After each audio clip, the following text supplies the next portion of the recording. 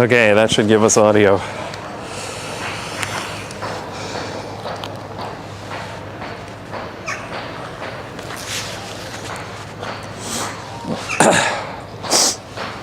Hello, everybody.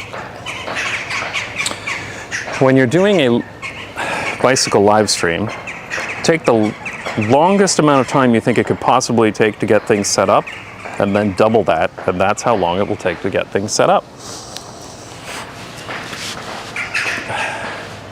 Here we are. Oh, let me,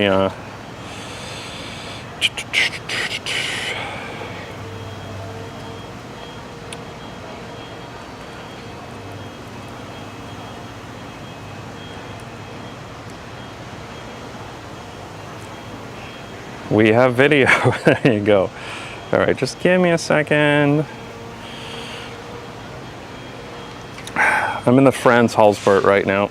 I made a short about this just the other day, but I came out to go check out how the construction is progressing. This is the latest street to get the treatment. You see they're still doing those streets down there, but that's not what this stream is about. Are you longing for that rain yet? I actually like it hot, even though I'm Canadian. I don't even consider wearing shorts until it's at least 27 degrees. Okay, where was I? Let me just check that Dutch angle. I don't even consider wearing shorts. All right, yeah, shut up, dude.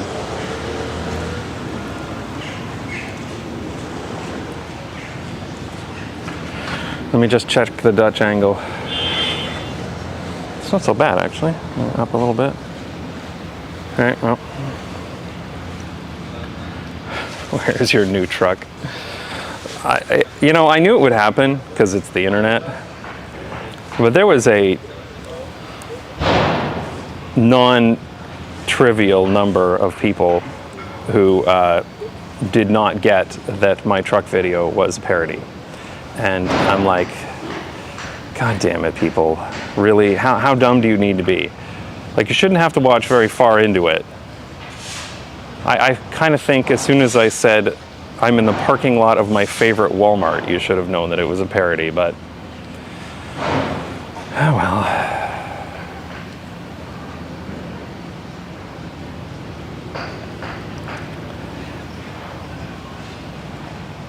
Though to be fair, there's actually a lot of like literal children who watch my channel.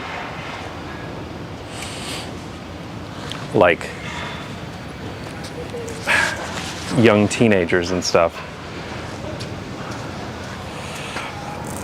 So I can't be too harsh. All right, let me get my GPS directions back. And so, okay, the plan here is I've been invited to go to the Micromobility conference in Nord. You can look up Micromobility Europe if you want more information. But yeah, there's my GPS directions. I did my last public speaking gig, probably ever, because I'm kind of done doing them. At Micromobility last year, they wanted me to come speak again. They wanted me to come to the dinner and stuff. I'm like, kind of like, I'm really trying to do less work, not more. Oh, this is a new speed bump. Cool. But they said that they're doing a rave ride, and I was like, yeah, I'll come for that. I'll come check it out. Micromobility show is good fun, and you get to try out a whole bunch of new micromobility, everything from cargo bikes to micro cars. It's actually a pretty cool show. So I thought I'd bring you guys along.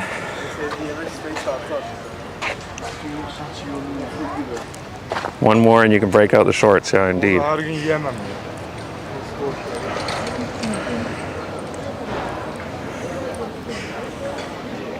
Nice brickwork, yeah. So I made a YouTube short about this. If you haven't seen it, you can see it on my main Not Just Bikes channel. This is the Franz Hallsberg where they removed almost all street parking. This is just loading zones, temporary loading zones, but the permanent street parking's all been removed. It's only disabled parking and loading. But now they're making it permanent. So this is the permanent design. Anyway, the YouTube short is there. I'm gonna make a full-length video about it at some point in time, which is why I was out here filming it. I'm just generally getting lots of footage of this area. But that's a future thing. I'm gonna wait until they're done more of the streets before I release that in the main channel, but I did make the short about it.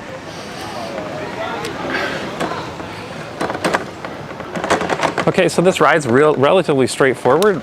We're going out to Ferdinand Bolstraat, one of my favorite streets that shows up on the channel a lot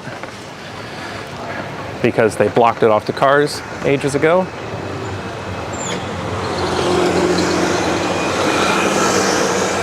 But we're gonna ride up north. Wow, there's a lot of people out.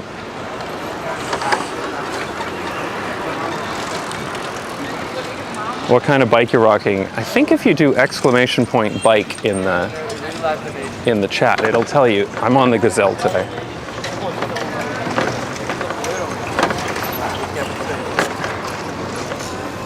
I think that exclamation point bike only works on Twitch though. I don't think Nightbot is set up on YouTube. I don't remember.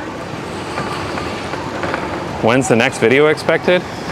I don't know, it's in editing now. Probably Sunday week, if I had to guess. Yeah, it's crowded out here today. I guess a lot of people are out enjoying the weather. I mean, it's usually crowded around here, but... Tractor.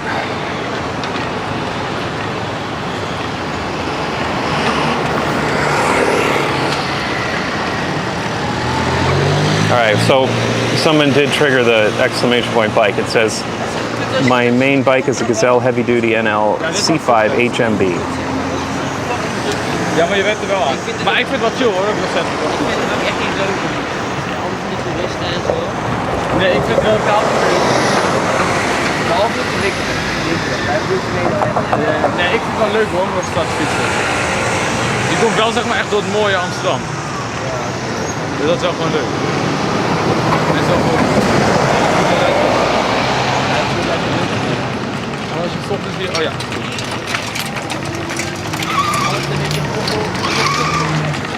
Yeah, it's busy out here.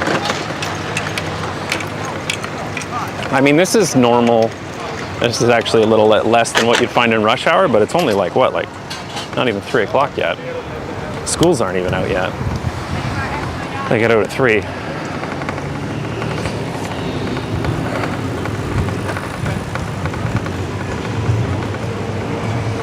Yes. Yeah, for anybody, the locals were complaining about tourists there if you don't speak Dutch. It's quite funny.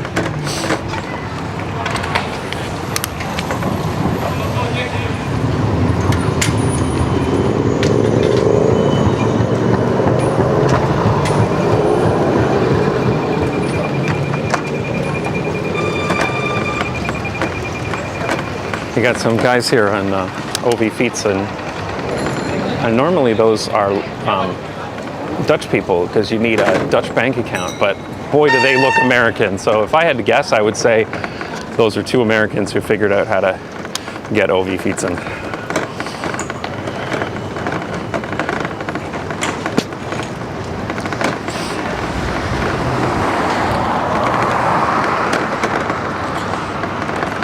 So I'm not going to overcomplicate this ride. There are slightly nicer ways to get up to the ferry, but this is the most direct route, and I'm actually supposed to be there around 3, so I'm not going to be there around 3, but the ride doesn't start till 4.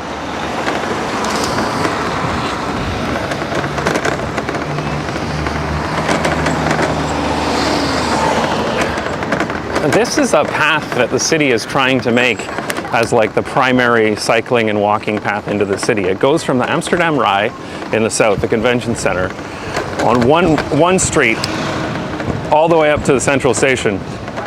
And so I think the city's calling it like the red brick path or something like that, but strangely they're using red brick for the sidewalk. Yeah, I don't know. Anyway, I don't know the details of it.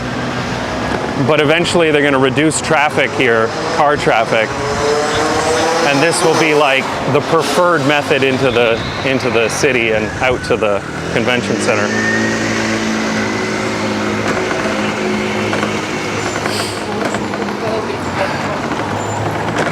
What's the idea between cars getting asphalt and cyclists getting a brick bike lane? Well, in my experience, they use brick whenever they think it might need to get torn up. because you'll notice, like in most cities, they'll have asphalt, but the asphalt won't be smooth. It'll be all torn up because they've had to go in and change some utilities, or tree roots have brought it up or whatever. So from what I've been told, they'll use the brick whenever they think they will need to dig it up, because when they dig it up, they can put it back better than it was before. So the idea is that this should be smoother. This is pretty smooth riding surface, and they tend to keep the brick, the clinkers, pretty smooth in Amsterdam. So it may not be as smooth as perfectly new asphalt, but it's smoother than asphalt that's been there for a few years and that's cracked and that's been torn up a couple of times to change stuff under the road.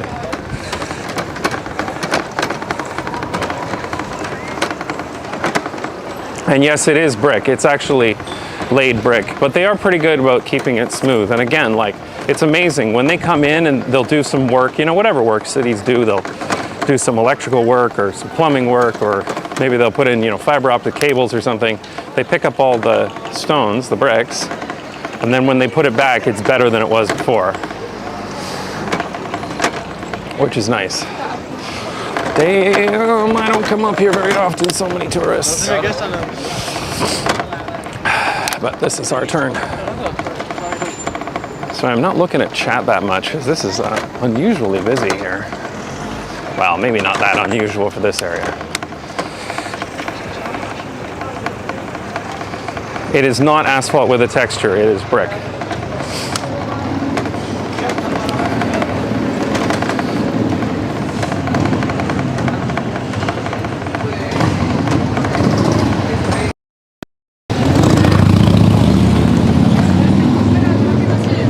Somehow just knew those people were going to step out onto the road without looking. They just had that walk to them.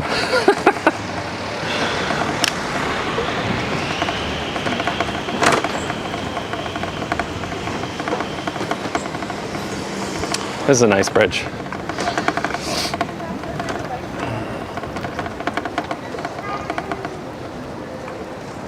Yep. And I think we'll just go here.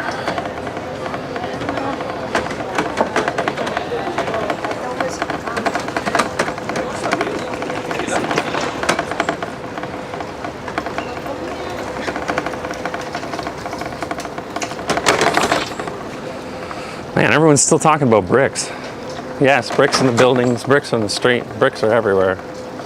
And they lay these bricks by hand too. Like, you may have seen video online of those bricklaying machines, which do exist, but I have not seen one in real life. Every construction project I've been by, there are people laying the bricks by hands, including those like white stripes on the speed bumps and stuff. Everything is done by hand, and it's all standardized.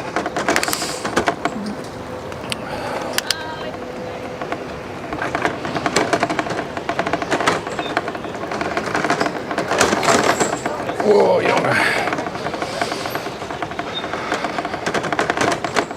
do have to keep your wits about you when you're cycling around tourists.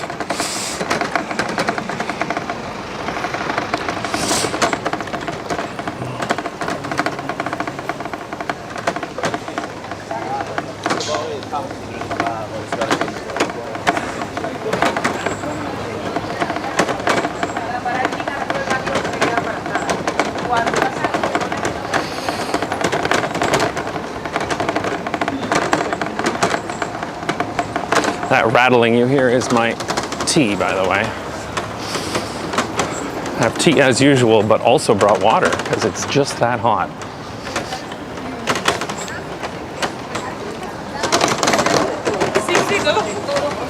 Alrighty. Yeah, I never come here. Actually, I think the last time I was here was during the pandemic. And there was like nobody out here. It's a nice little path they've got there for cyclists during construction.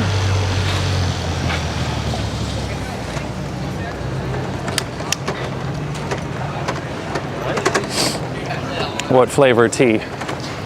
It's the same thing I have all the time. It's a Da Hong Pao that I ordered from China. All right, that's fine. People just walk in the middle of the road. That's cool.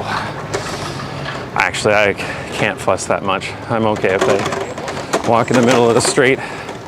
It's a nice street. Wow, this is all torn up. I did not realize this whole thing was under construction when I came through here, because normally this is a really nice bicycle path. Wow, they're doing some serious work here. All right, here we go. Here's our bicycle path. All right. Almost there. At a crossing in the Netherlands, who has priority? Pedestrians have priority. That being said, cyclists do often just go through if they can ride close by, without coming too close to a pedestrian. And most people just let the cyclists go by because they know that it's a pain to have to stop. So it's kind of like a unwritten rule that the cyclists go through as long as they don't cut off a pedestrian. Some people are fine with that, some people are not. Wow, this is crazy amount of construction. This has been my story lately. Every time I go somewhere I haven't been in a while, everything's under construction these days. But I will say that when the construction's done, it's always way better for cycling and walking, which is something I do appreciate. Unlike in Toronto, where they would do construction forever and then they'd put it back, but then they'd forget to paint the bike lane, and then they would paint it too narrow, and then they would have to like go back with the contractor, and it would be like 2 years before the bike lane was back the way it was supposed to be.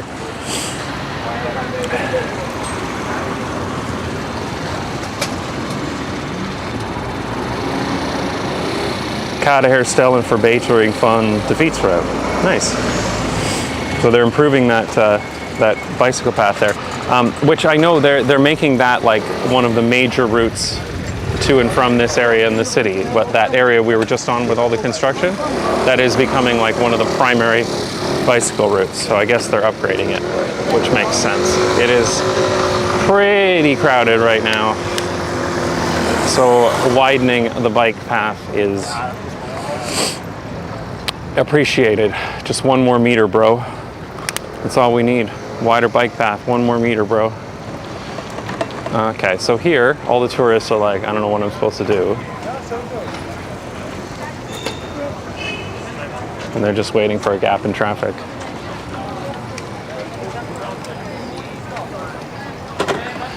I did not expect this whole area to be torn up. I haven't been here in a while. Oh my God, whatever. Anyway, we're almost at the ferry. And then I can read chat a bit.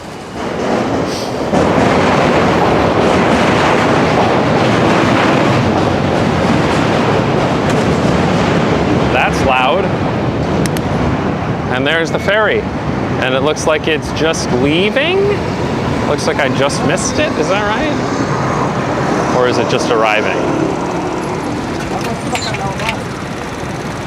I can't tell.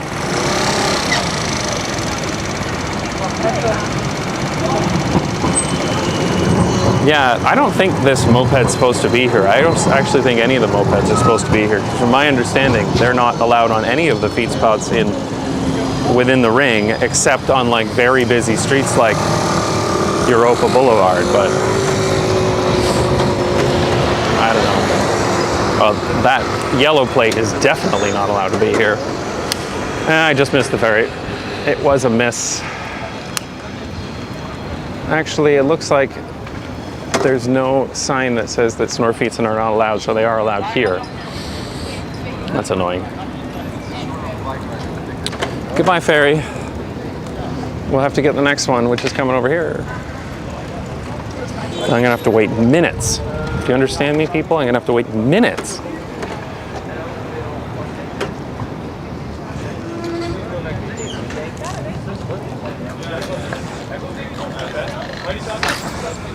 Whew.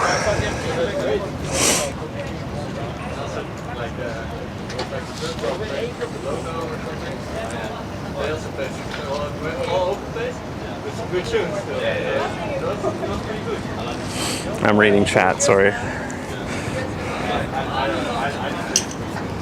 Is the ride invite only or open to the public? Had no idea it was going on, but would love to join. It actually, you don't need a ticket. You're supposed to sign up if you search for Rave Ride Micromobility Amsterdam, but I don't think they're really, it's free to sign up. So if you just go to the, what is it called? The Crowd Hall or something like that in Nord, you can join the ride. And thanks for the super chat, Diego. Much appreciated. It's now 27. Do you have shorts? No. You're not on a water feeds today. No, believe it or not. Sign up is closed. I'm sure you could still show up. I don't think they're like checking tickets or anything. I think they just wanted to know numbers. Have you ever done a live stream in the rain or snow? I did a live stream in a little bit of snow in Toronto, but I don't do live streams in the rain because the camera just gets water all over it and you can't see anything. That's also why I don't show a lot of video on my channel in the rain, because it's really hard to get footage that shows anything in the rain. Your rain gets on the lens and then you just have a big splash on the lens and you can't see shit. Yeah, I see how long I had to wait for that ferry. Can you believe it? I had to wait minutes. They do plan to build a bridge here eventually, although they're actually going to build it to the east first.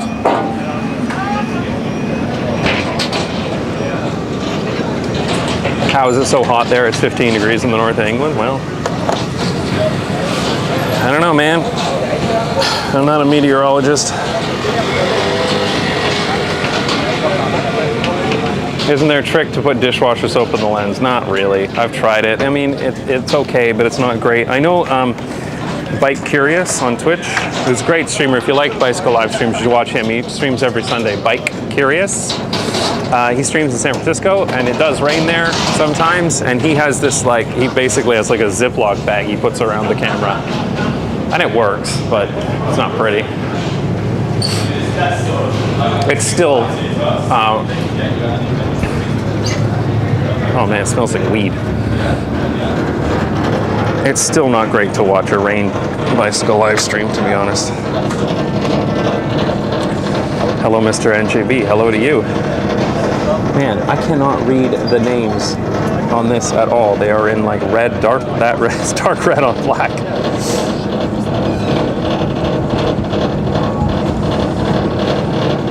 Ferry is free, yes.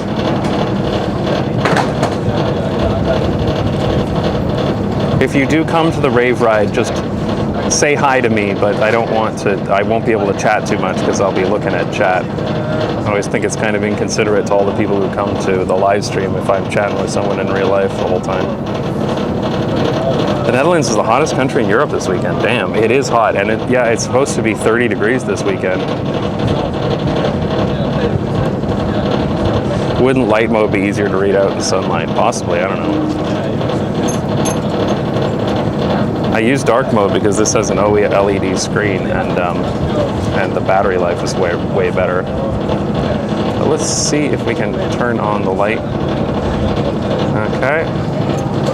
Light mode. Is Restream going to reload? Come on, Restream, you can do it. It still loads in dark. Okay, well, whatever. You do what you want, man.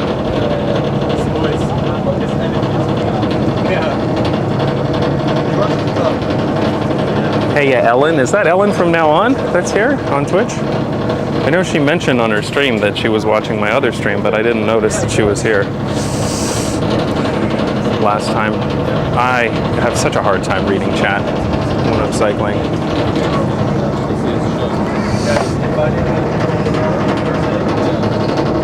Yes. All right, good. Hello, Ellen. Ellen from now on is another great streamer on Twitch. She does bicycle live streams sometimes, but also all sorts of other stuff. GeoGuessr is good fun. She bought a snail-shaped van, and it's highly entertaining too. She does streams in that. Nice. Ah, there she is. Hi, Ellen from now on. If you watch Twitch, go check out Ellen from now on. She's great. I really like her streams. And her snail van. And she also has a Gazelle e-bike, like I do.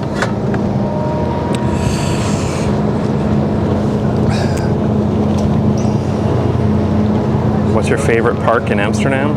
Probably het Amsterdam boss. So if this phone is in light mode now, and it's ugly, because it is, yeah, then why isn't Restream in light mode?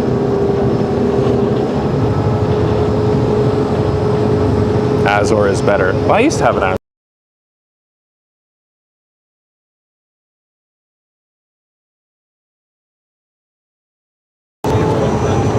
No, I think we've got an F.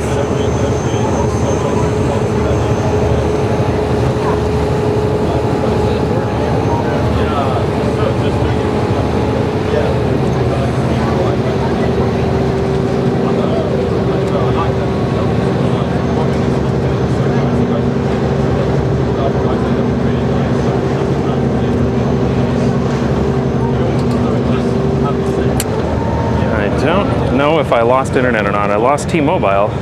Looks like Vodafone's still going. Can't read chat though. Hopefully it'll pick up when I get to the other side. Otherwise, I'll take a look at the router.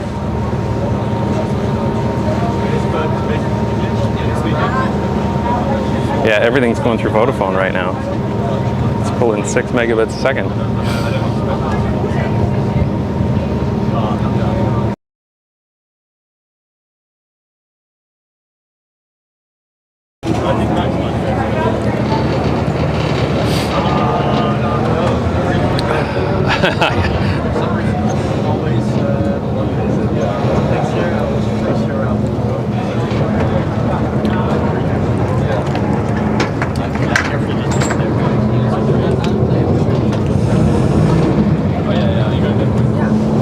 Looks like mobile service is not so great on the ferry.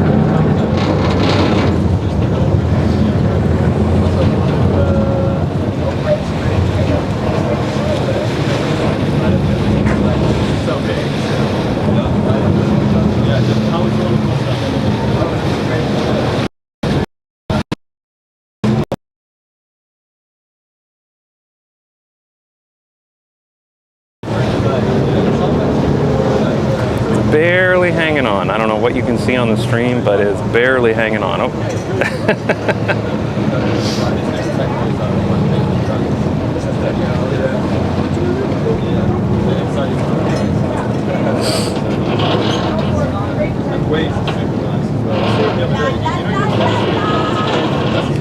All right. Hopefully you can see this part of the stream, but there we go.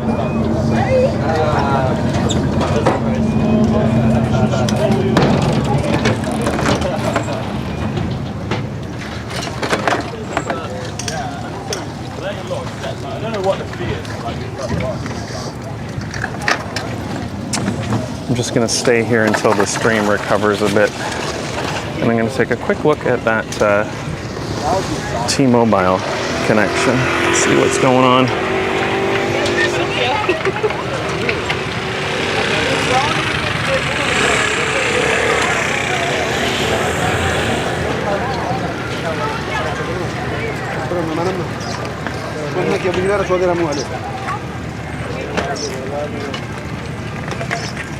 Huh.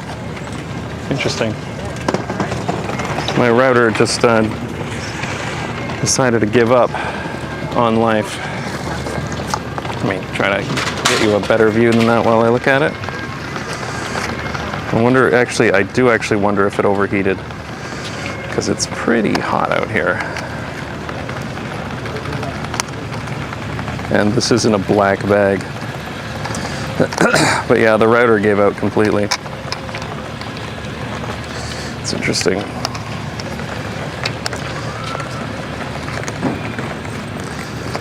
I'm gonna open up the rucksack and give it a bit more air. Let's see.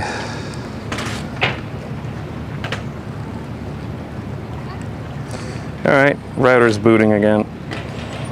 I might just put that on the outside of the bag in the mesh pocket. Just give me a second.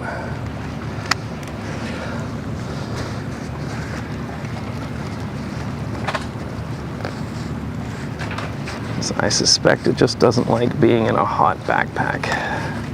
I don't think I would want to be in a hot backpack either. Admittedly, it might even make me wear shorts.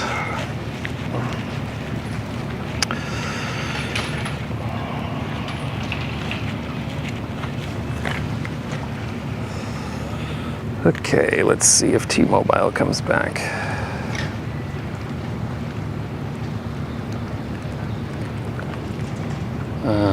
Yeah.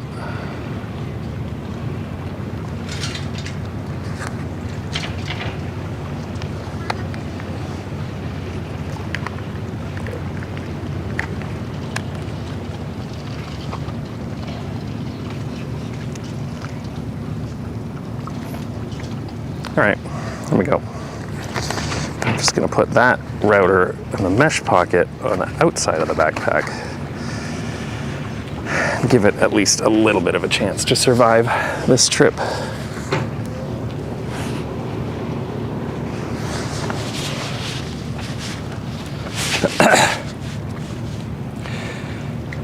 Have you seen the bridge in Outer Kirk, Amstelveen that's almost completed? Yes, I was just down there actually the other day. It's looking good. The GPS logger was on T-Mobile. Yeah, pretty much everything's on T-Mobile because it's like a portable router that I run Wi-Fi off of. But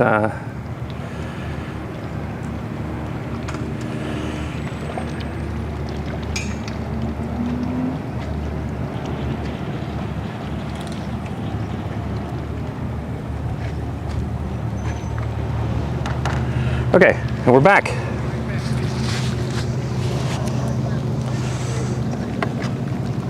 Calls for a sip of tea. I actually, this is where I need my GPS because I actually don't know where I'm going now. I mean, I have a vague idea of where I'm going, but I don't come to Nord that often. So, it looks straightforward enough.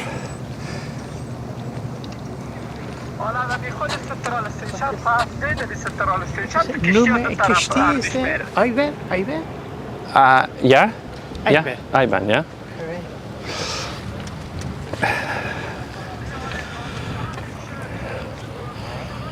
Okay, surely it's iced tea weather. Yeah, apparently you're supposed to drink hot things when it's hot, if you don't mind sweating, because your perception of the temperature is based on the differential between your internal body temperature and the outside temperature.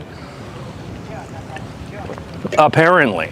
But I was also told this by someone from Folgers when I worked there as a teenager, so they easily could have been full of shit. Okay, my screen is way too dark to read. Holy shit, that's as bright as it gets? Oh my god, I'm not used to this sunshine. Hot drink while it's hot, yep. The best part of waking up is not drinking that slop Folgers, I'll tell you. My first job when I was a teenager was to give out free coffee on the street. Folgers coffee, Folgers aroma roasted coffee from mountain grown beans. And I was supposed to give free coffee out on the streets of London, Ontario, and then give them a whole speech about how Folgers mountain grown beans were better. I had a backpack, literally a backpack full of coffee and a hose with a belt that had creams and sugars on it. And that was my job. And then the marketing company that was running it kept running these, oh man. Give me a second. The Dutch angle is brutal.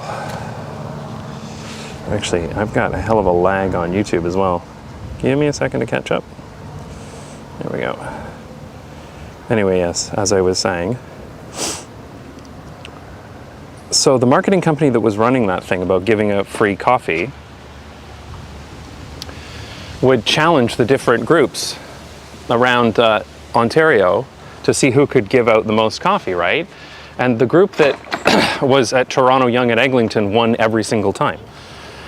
And I think that was like one of the first exposures I had to proper urban planning, because when I went to Yonge and Eglinton, I'm like, well, yeah, there's like thousands of people out in the street here every rush hour. Well, I'm walking around London, Ontario with a bunch of cars. I think that was my first orange pill I ever took. That I was so pissed that they would just literally stand on the corner and they would win the most coffee award every week. And I was like busting my ass in London, Ontario, there weren't enough pedestrians around to actually give out any coffee.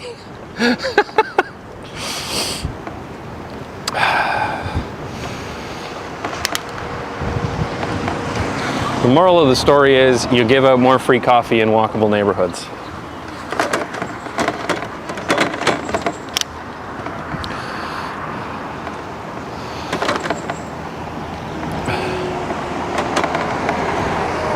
Okay, and I think that's pretty much this this street now until the street that the conference is on. Yeah, he just didn't work hard enough. Yeah, I think that was also when I got black pilled to the meritocracy too.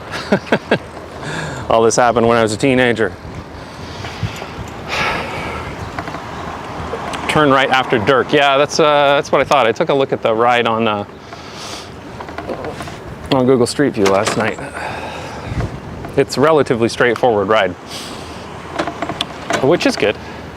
I mean, that's the way it usually is in the Netherlands. The fastest, most direct route is a perfectly good route to take. You know, maybe it's not optimal. It's got a few too many cars or traffic lights, but it'll always get you there safely.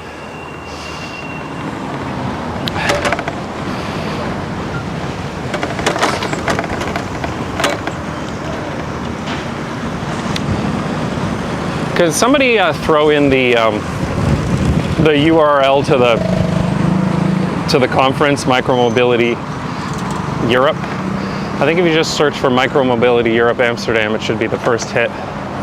Just put it in there so people know. There's the Dirk, so people know what we're going to here. I put a statue of me in London, Ontario, yeah. And then nobody will see it because there are no pedestrians, and eventually it will get hit by a car and it'll take my head off.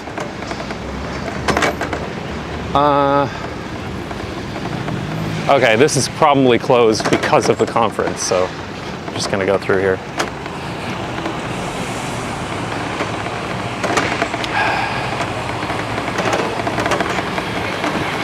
Nightbot deletes links. Nice. All right. Well, anyway, that's funny. Of course, Nightbot deletes links.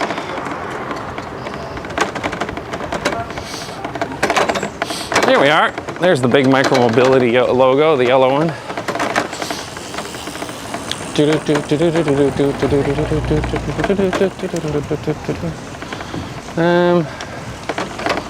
Not sure where they're doing things, but I'll just go over here. I think last year they were around the other side. Stop posting links. All right, Nightbot. Jesus, chill out.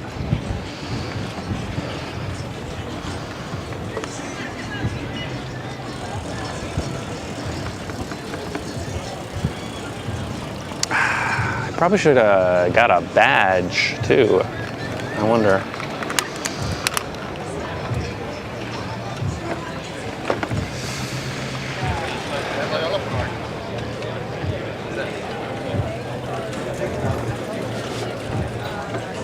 Here we are, with people trying their micromobility solutions.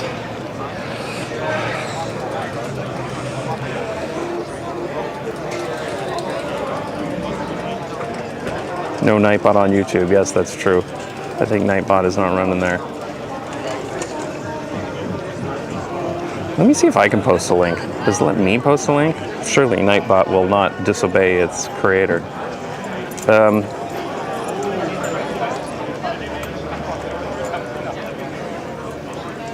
Let's see if I put that link in here. Boom. Mods and owners can post links, yeah.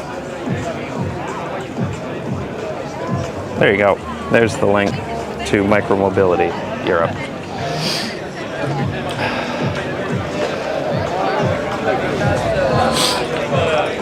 All right. See, they got like electric scooters and those other kind of things that are all... Okay, as soon as this car gets out of the way, man, it's always cars ruining everything, even micro cars. I'm trying to get through to the DJ kit there so we can take a quick look at it. Look at this guy trying to drive this like smart car size thing.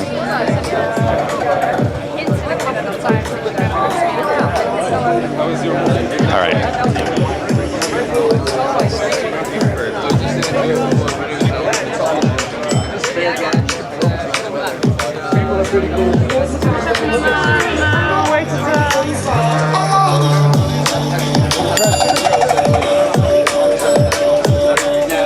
All right, here we go. Sorry. Is the wine? I should probably put away my bike too for a bit. All right, this is the rig. Let's take a look at it. Might have to disconnect from Vodafone. Godspeed. Actually, I'll just... There it is. That's the rig that we're riding with.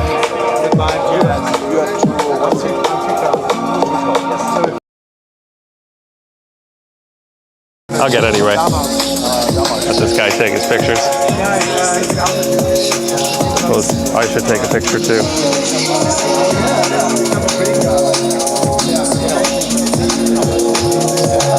Maybe not so close to the speaker, yeah. I'm actually curious as to whether these streams are going to get a DMCA violation because of the music.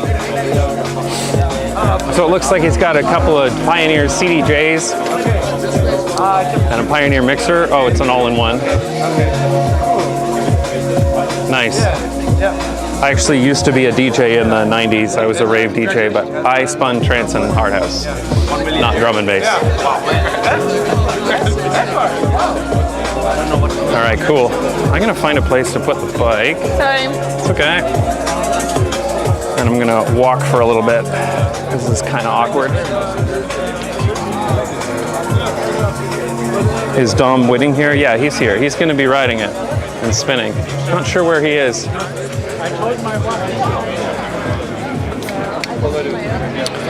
Let's just find the bike parking.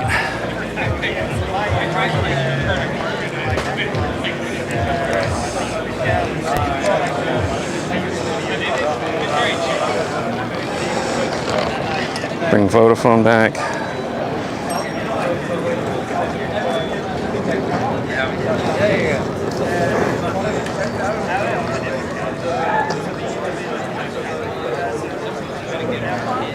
Give me a second.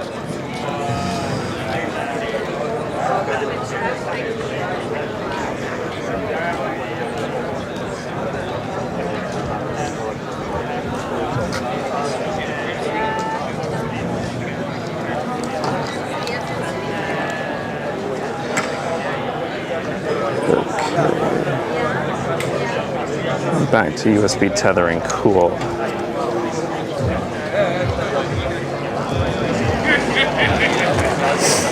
Coffee salesman, DJ, any other past jobs? Dude, man, I'm old. I've done a lot of stuff. I'm not some 20-something kid here, you know. I'm gonna find a place to park and lock up, and then I'll walk around a little bit.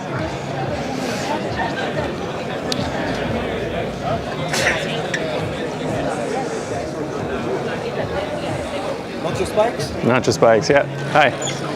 Nice to meet you. Great fan of your work. Thank you. Yeah. We're a design studio, mobility design studio in Amsterdam. Yeah. So we've worked for a lot of micromobility companies, bike sharing. Oh, yeah. That's good. Now also e-bikes, cargo bikes, which is a big part of your Yeah, of course, yeah. your work. So I was thinking, like, it would be cool if you just want to have a coffee sometime. Yeah, possibly. Send me an email. Yeah. Yeah, notjustbikes@notjustbikes.com. Yeah. And I'm live streaming the Rave ride here today. Are you coming on that? Yeah. Let me just get in the way here. Nice to meet you. Cheers. Fan/salesman, yes. Okay, let me just find the best place to park.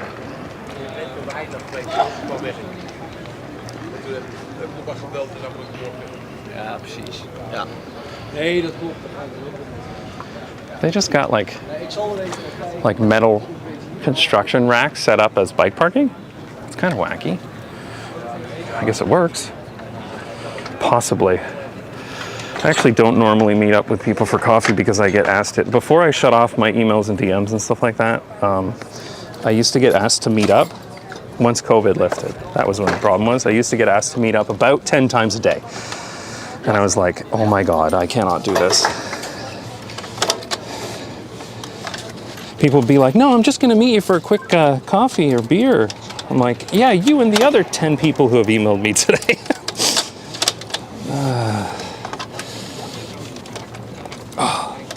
Come on, you stupid thing.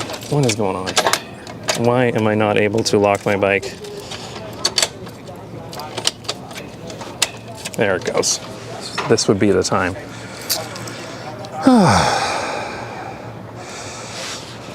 Yeah, I don't think people realize just like, I mean, I get about 2 million unique viewers a month, according to YouTube. It's an awful lot of people, right? Like, even if a fraction of a percent asked me to meet up. The problem is, like, once COVID let up, everyone was like, oh, I haven't been on holiday in forever. Where am I going to go? You know, I love Amsterdam because of Not Just Bikes. Hey, let's meet up with Not Just Bikes while I'm there. The other thing I used to get a lot was people would be like, hey, I'm coming to Amsterdam. Can you give me a list of places to see? And I'm like, am I your fucking tourist? Your travel agent? Like, I don't fucking know, dude. I might make a, well, I think I will make a video about like how to visit Amsterdam as an urbanist. Because that actually is a useful thing, I admit. Not just travel agents, yeah. It does amaze me though. I think it's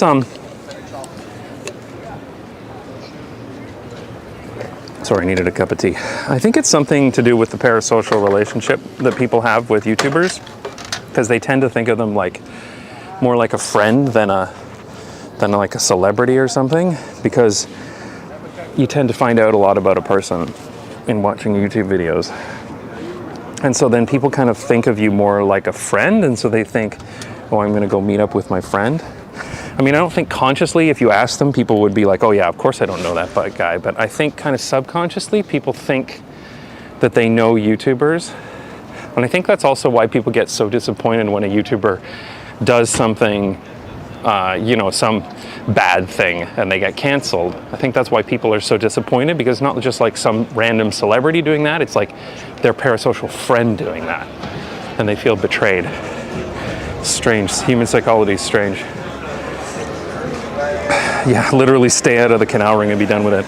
I saw that Oh the Urbanity are in the Netherlands, and they're like, I see that the cycling infrastructure is not as good in Amsterdam as other cities. And I'm like, oh, look at the people who never left the canal ring. You see all their photos are within the canal ring. Your lens could do with a wipe. No, there's a scratch on the lens. There's nothing I can do about it. I thought that it was water under it, but I took a look at it and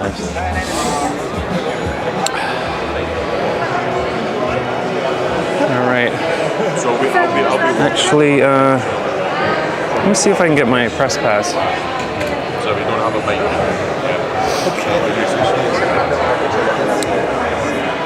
Okay, my bad. Yeah, no problem.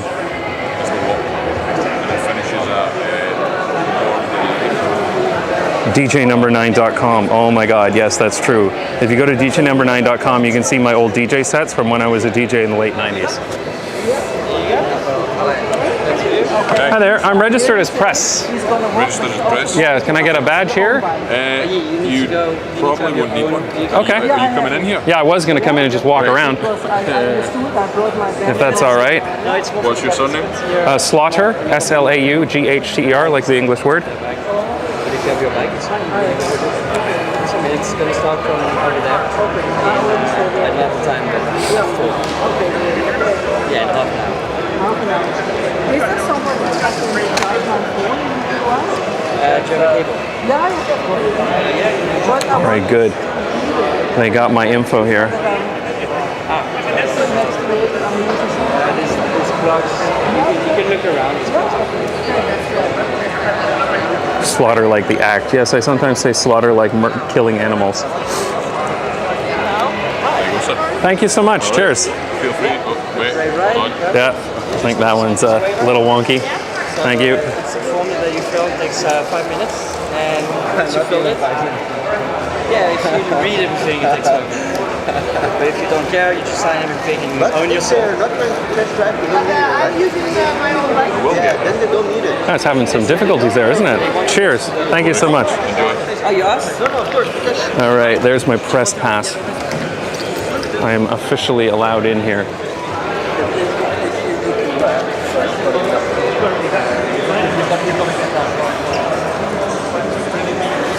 How's the Dutch angle doing? It's sometimes different when I walk than when I cycle, because when I cycle my shoulders are higher. Cool. Welcome to the Micromobility Conference. They have some talks and stuff like this here. I think the booths are a more minor part than the sessions. And I did the talk last year. You can see, if you search for Micromobility Europe, not just bikes on YouTube, you'll find that. Looks like a reused factory. Yes, I think this whole district was like factories, basically. So here we got some e-bikes, like delivery e-bikes. Oh, it's Segway branded e-bikes. That's interesting. Oh yeah, it makes sense. Powered by Segway. And they've got like the delivery things on the back there. That's cool. Little micro cars, like this jobby.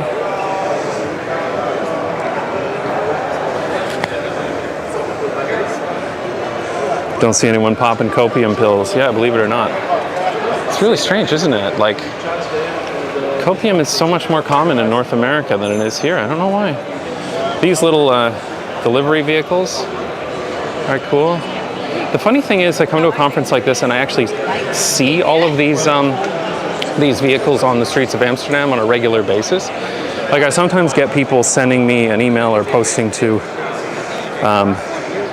my subreddit to be like, have you seen this like little car? Look at it, isn't it cool? And I'm like, dude, I see those like 60 times a day. I know it's novel to you, but micromobility is already here in Amsterdam. It's not a new thing. There you go. The big thing that says Rave ride starts soon.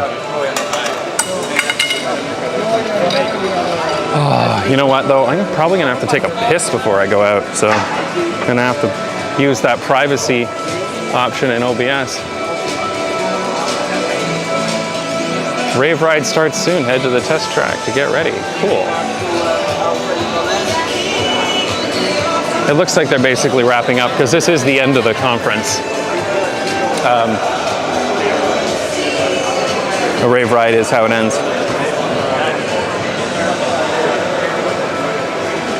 A guy excited about micromobility, NJB. I liked those before it was cool. Yeah, there you go. Are you allowed to stream inside the hall? Well, if I'm not, somebody will tell me. But I know the organizers, and I told them I was coming to stream, and nobody had any complaints about that. So I assume yes. Nobody's given me explicit permission, but they never objected when I said I was gonna. Not just piss, yeah. Opinions on e-scooters, they could be good. I think they should be allowed in the bike lanes, personally. Do we get a live piss? You know what? No. But here is the toilet, so I'm gonna go. So that's how you're gonna get canceled. Nice. All right. I am going to these toilets, so let's see if that privacy please thing works on OBS. If it doesn't, you're gonna get a show.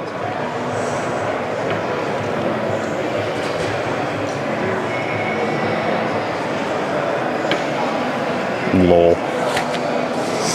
Now is the time that OBS won't let me connect.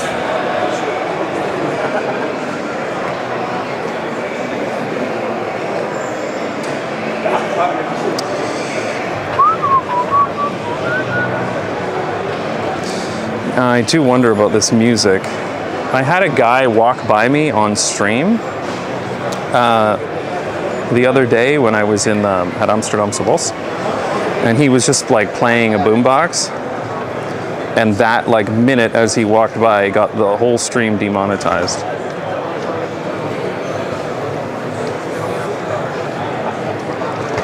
All right, here we go.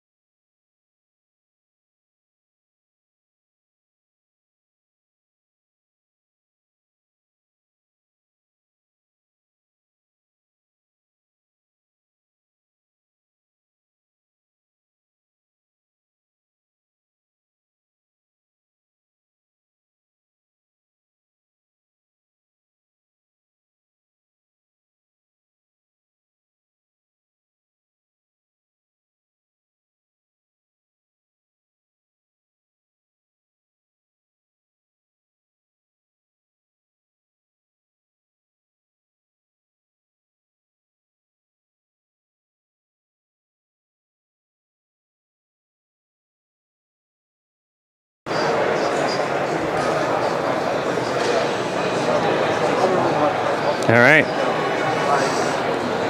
Thank you for your patience.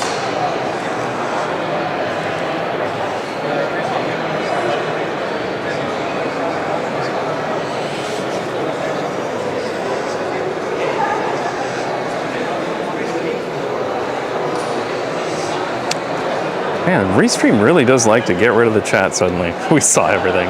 Lol.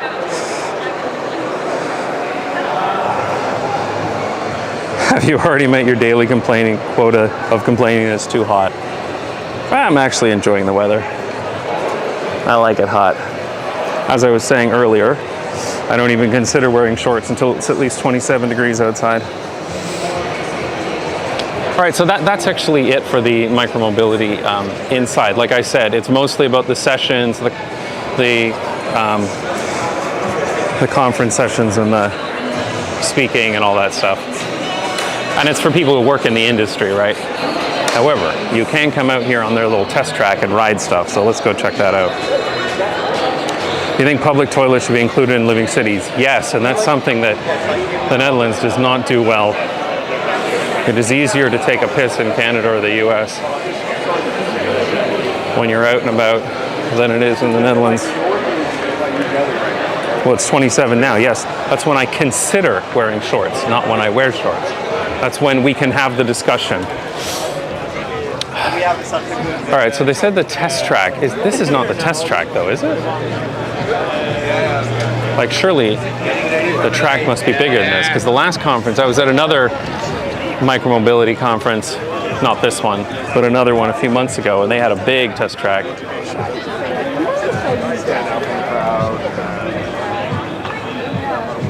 And that what the canals are for. Yeah, and you know that I think it's 3 tourists a year die by falling in the canals, and it's almost always drunk people who go take a piss. So I think the route is to go out that way and around the building. So if we walk this way, maybe we can see some people riding some micromobility. So what's the verdict on wearing shorts? I'm fine, thanks. I'll stick with the jeans. I didn't bring any shorts with me anyway, so it's kind of a moot point.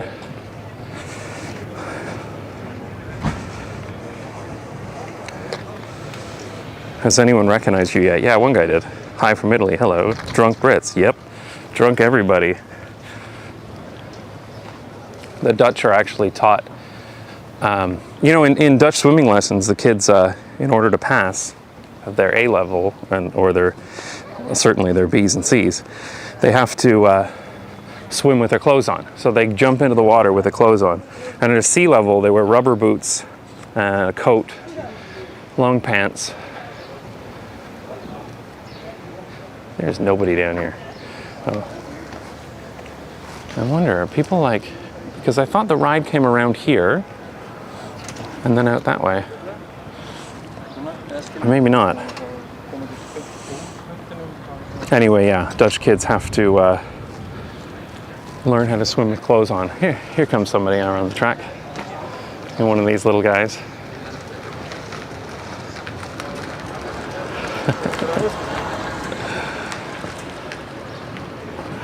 We got somebody filming with a 360-degree camera out the back. That's funny. I'm gonna come around here and see if we can see anyone else riding stuff.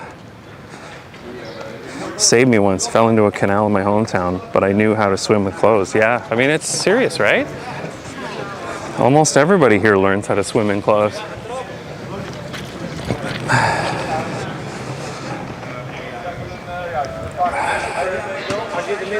I still remember that feeling jumping in clothes in the swimming exams. It's such a common thing, eh? It's funny.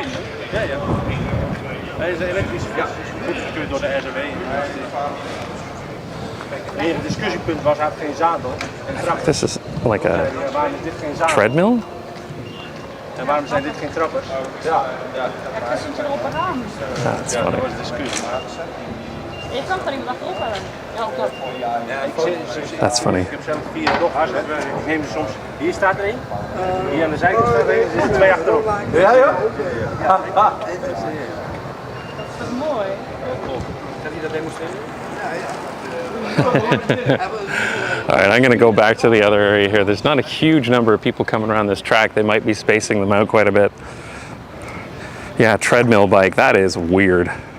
I get the idea, but I mean, I don't know, that's no interest in a treadmill bike. Damn, she is hoofing it on that thing. I'm always scared to get those rental scooters, like when I go to visit a city to film, because they have those tiny wheels. I'm just worried that I'm gonna bail. Those things. I mean, I guess they look all right, but I don't know, not for me. I'll stick to bikes. Curious, are you actually learning Dutch or fine with English? I speak Dutch. Nobody switches to English with me anymore. I passed my language exams. My inburgering is almost complete. Actually, it is complete. I just have to actually go through the application process, which starts in October.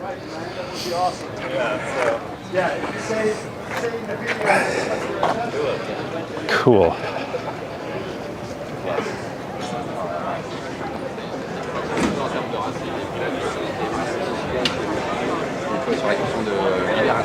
How long did it take to learn?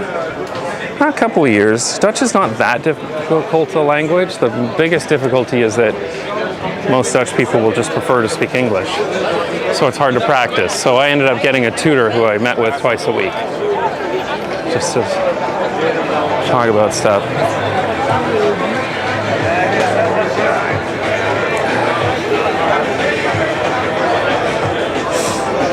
Mopeds?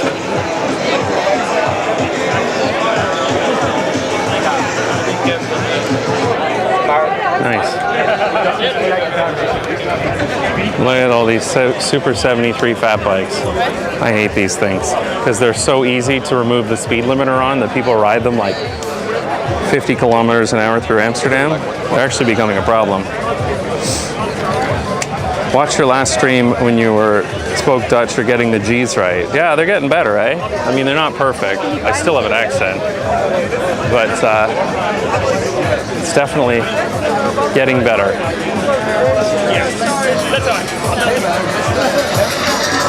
When I get my Dutch passport, I plan to do a video in Dutch. It'll be funny. There you go, never have a flat tire again. Hij belde inderdaad, maar hij zei dat de auto dan gepakt. Maar ik zat te denken van misschien is het goed. Damn, drum and bass version of music sounds better with you.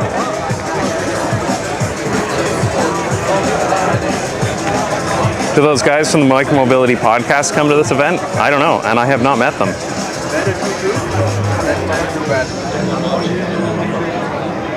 I found the secret to getting Dutch people to speak Dutch with me is to have a weird accent that sounds Polish. So they assume I can't speak English. That's funny. You just respond to them, K, K, K. Show us some gabber moves. Yeah. I don't think I'll be doing any dancing with my live stream gear on. It's all right. Oh, so what is this thing?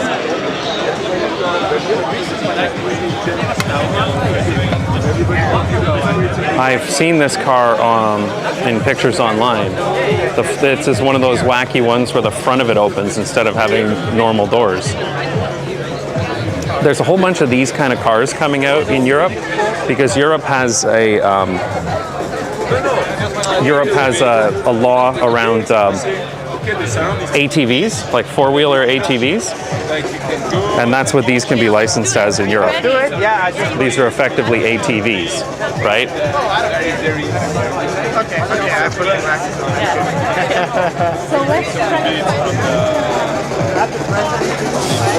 And so, because these can be licensed as ATVs in Europe, and in some countries, like in France, you can drive them when you're 14 years old.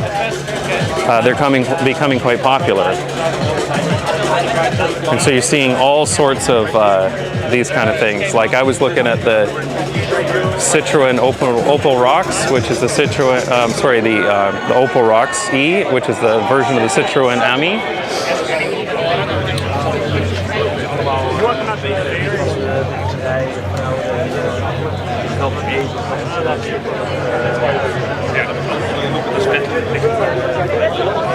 Yeah, let's go check out this little truck. I actually want to find out where they're doing the track. Maybe we could drive one of these trucks on stream, but I don't know if there's time before the rave ride. Yeah, it's getting close. So look at this thing. One of these little delivery trucks.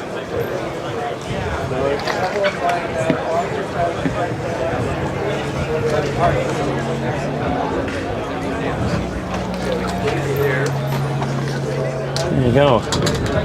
They're all pretty basic on the inside, right? But I'm glad that Europe has these regulations to make like this a category. It's kind of like how K cars became popular in Japan.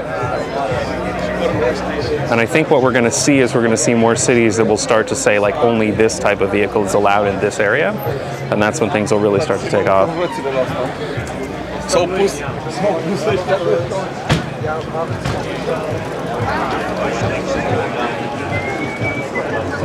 Cool. All right, rave ride should be starting in about 10 minutes. I'm going to take a little walk around.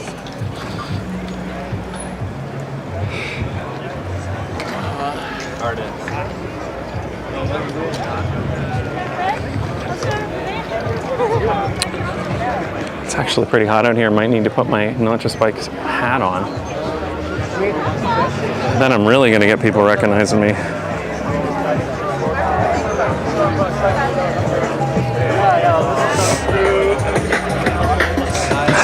Not sure I like the idea of 14-year-olds in car-like ATVs on the streets. I kind of agree, and also it's going to get like teenagers away from riding bikes and into cars, right? Man, I am way behind on chat. What is going on, Restream? There we go. Lots of mini trucks popping up in Winnipeg now. That's cool.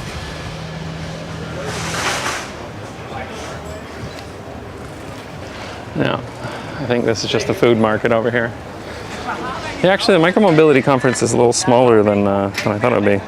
Toronto, did you abolish single-family zoning? Yes, Toronto abolished single-family zoning.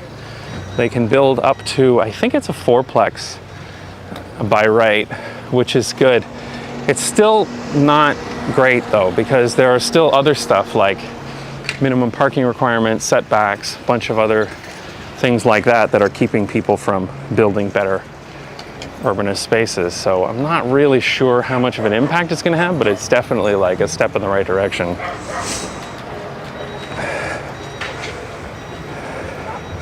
Hello from Poland, first time catching a stream. Welcome. All right, I'm going to head back. I'm going to get the bike ready because I think they are going to start the rave ride soon, if they're on time.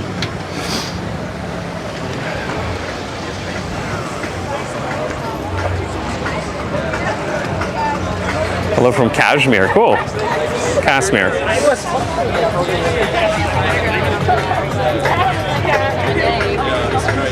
The premier Dutch bike team, Jumbo Visma, is losing Jumbo as a sponsor. That would be funny.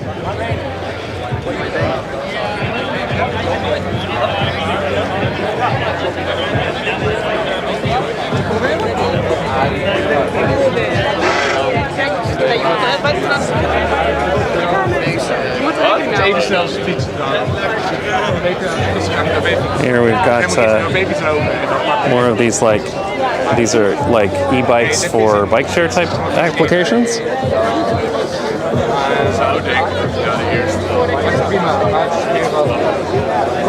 Cool.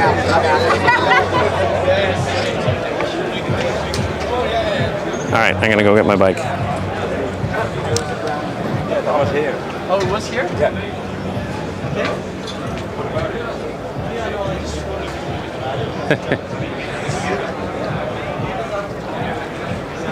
It would be fun to watch you tear down the Los Angeles system.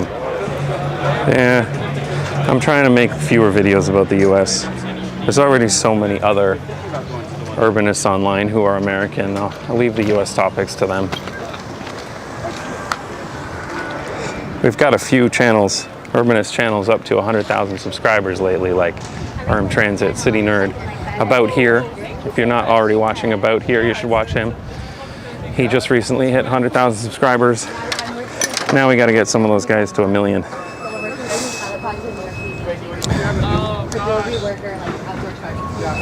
So I really want to encourage other creators to start up. Jumbo's also pulling out a Formula One. Yeah, all right, I'll jump right on that. Connect with me. You can on LinkedIn because I'm Armor, A-R-M-O. All right. Okay, yeah, Sophia. You on the ride? You can definitely tell this was an old, like, industrial area. A lot of Amsterdam Nord was. Some of it's being converted into posh condos and stuff. City Nerd is high all the time. He's just chill, man.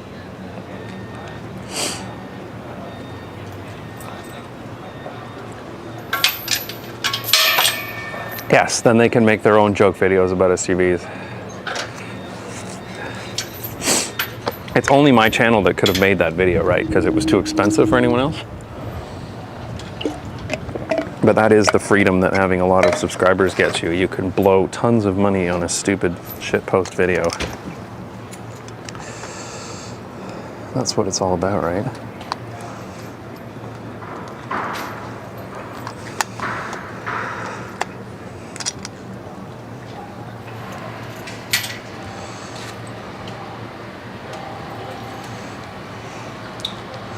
New Zealand is not the US, luckily. Yeah, I've been to New Zealand before. I do have a strict rule, though. I don't make videos of a place unless I go there to film it.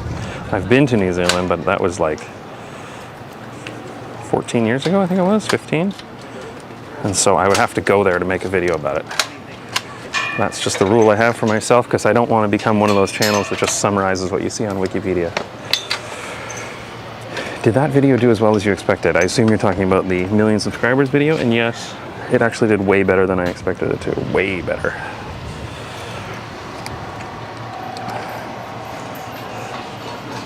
Because all of my other shit posts were much less views, much fewer views.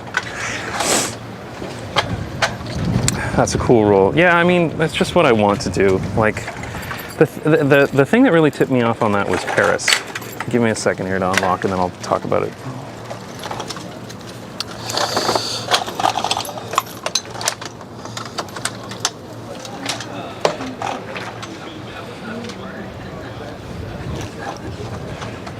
America has so many issues, it needs multiple advocates per region. Yes. The other thing is the United States has issues that don't exist in other countries, even Canada. Because of their lack of social safety net and healthcare, they have much larger problems with like homelessness, drug use, and all sorts of things like that. People working jobs they don't want to work because they have to stay in that job because of their healthcare, and that all overflows into everything in society, including urban planning. And I don't really have an interest in talking about that because I'm not American and I don't live there.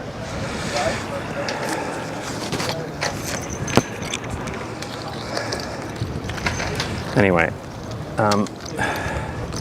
so yes, I had my rule that I wanted to only make videos about places that I'd been to, but then it really solidified it for me when I went and did my Paris video.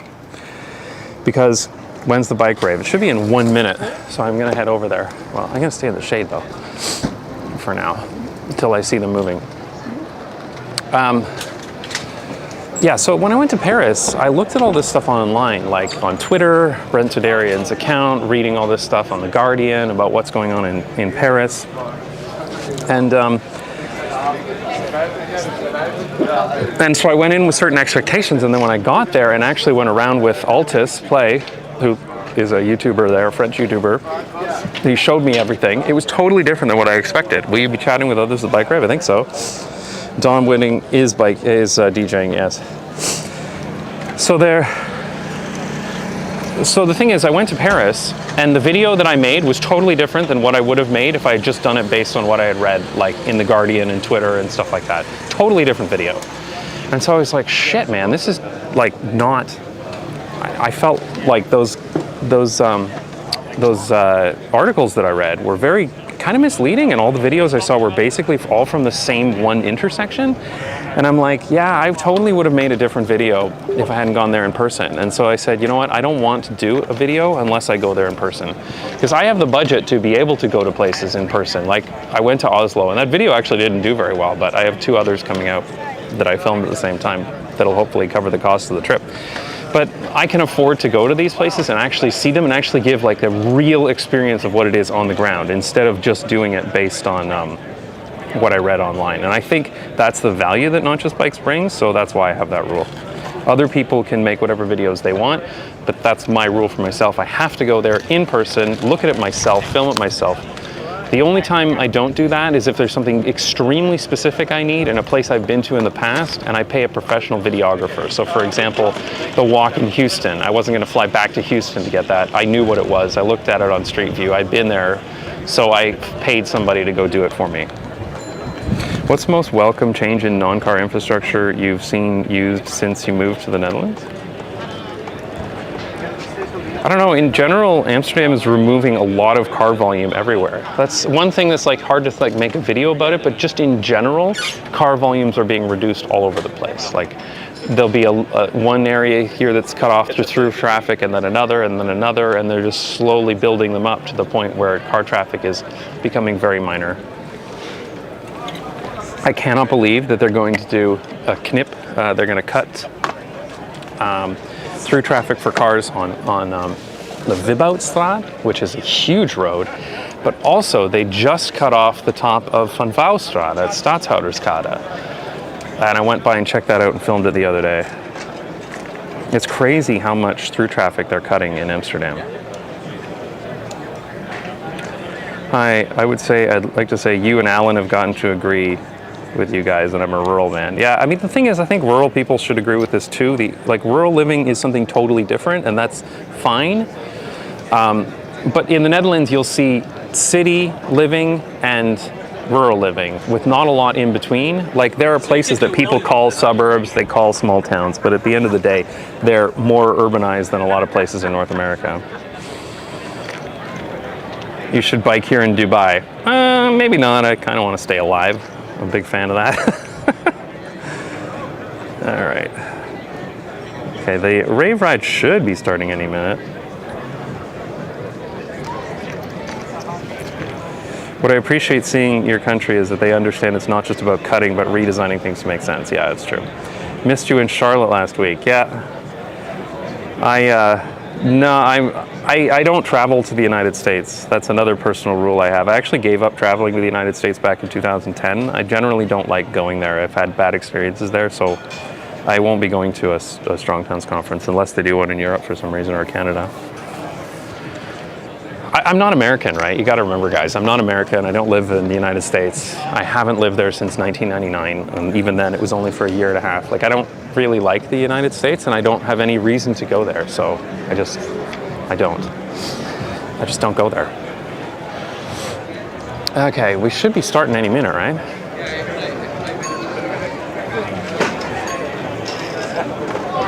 I mean, I should be able to follow the music, right? Someone died last night riding a bike where I live. I commented on Facebook with a link to your channel, yeah. I mean, that's sad. But it happens all the time, right? And I don't know, I have issues with that. Nobody seems to care enough to do anything about it. But I think that's another thing that's a problem with the United States too. I mean, there's school shootings where like literal children are being killed in huge numbers. And there's still nothing being done about that either. So I don't see anything being done about traffic fatalities.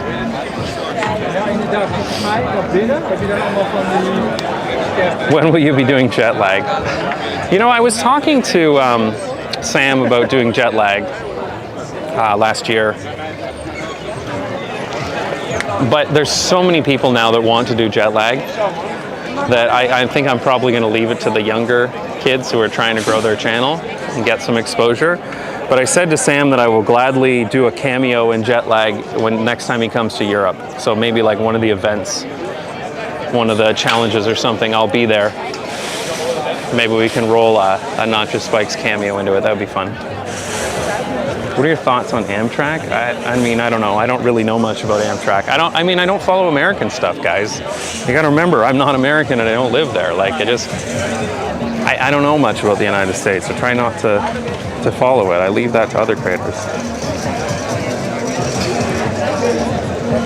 The solution many came up for school shootings is to give teachers themselves guns. Yeah. I know. I mean, that's America, and I don't have a lot to say about it.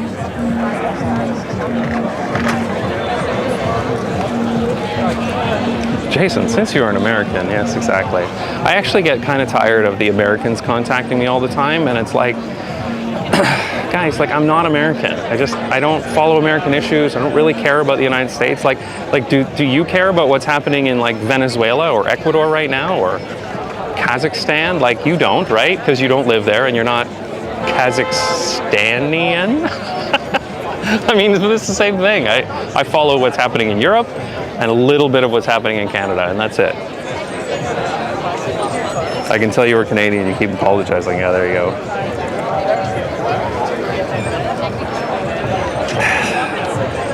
Sounds like you have a lot to say about it. Rural sprawl edge. Yeah, working to solve it, yeah.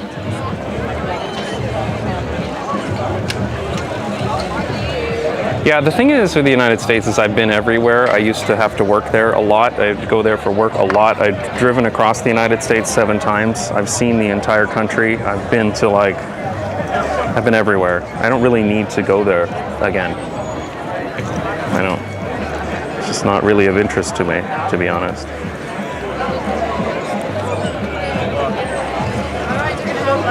Hey, I do read about Kazakhstan. It's got the longest land border with Russia. There you go. I would not want to live in a place with the longest land border with Russia right about now. That's true.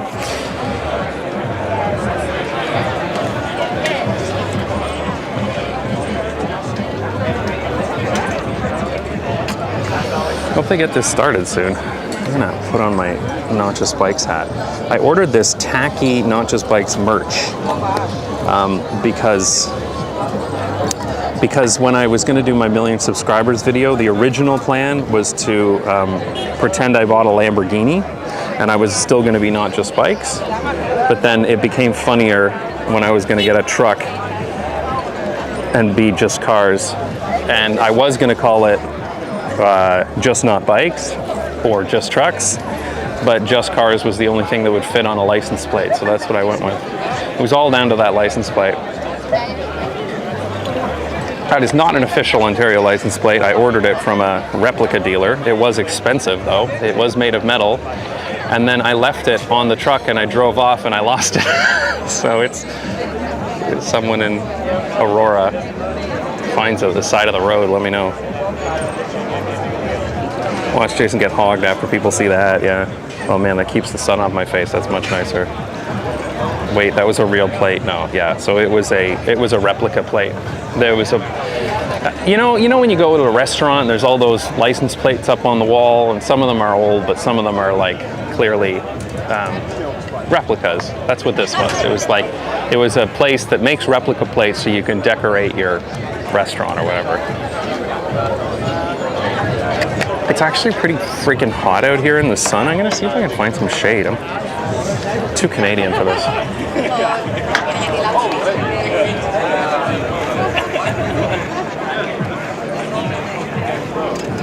Do you think reactionary politicians could push back bike infrastructure in favor of more car infrastructure? Of course they could. Look at what Rob Ford did in Toronto. It's like literally what he did. He removed bike lanes. And the Toronto election is coming up soon, and Mark Saunders, the fucking cop police sergeant, is the second runner, the runner-up in polling, and he's been talking about how they're going to get rid of bike lanes.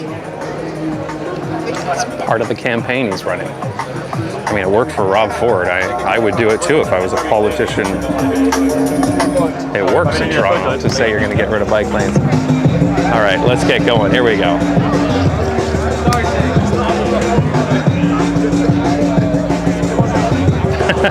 This will be fun. 27 is the perfect temperature. I agree. I actually think that 27 degrees is the perfect temperature. And I remember reading that Guam, which is an overseas territory owned by the United States, is 27 degrees and sunny almost every single day, year round. And it's still car-centric. So, yeah. Where are all the trees? Well, this is a former industrial area, so there are no trees. But I could really use one right about now because it's fucking hot out here. Well, it's actually not that hot. It's just kind of annoying in this much sun. I'm too white for this.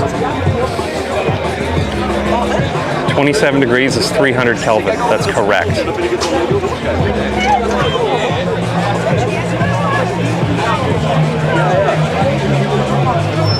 Perfect temperature to be wearing shorts? No. I am still happy to be in my jeans right now. It's not hot enough for shorts.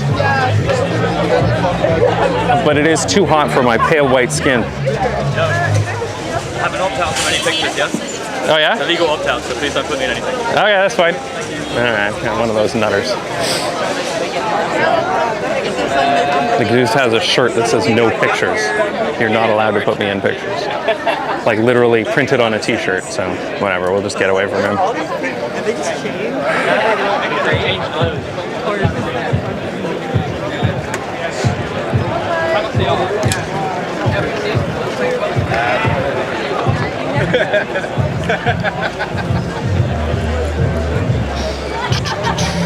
Damn, it's got a nice gimbal.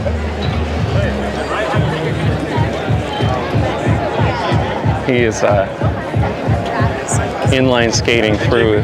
Oh yeah, yeah. Hi. I saw you're streaming. Yeah. I'm Diego. Nice to meet you, Diego. Chat, but it's nice to meet you. Nice to meet you too. Enjoy streaming. Enjoy the rave. Thank you. Cheers.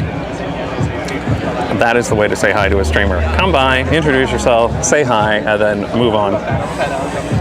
So that I can still talk to people on chat.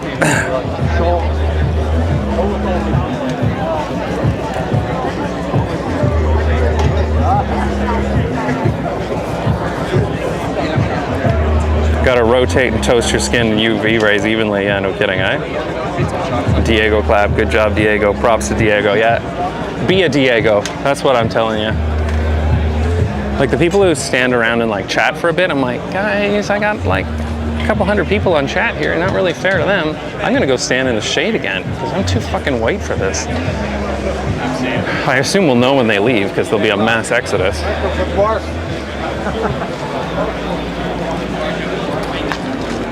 There's another micro car. Just gonna stand in this shade right here.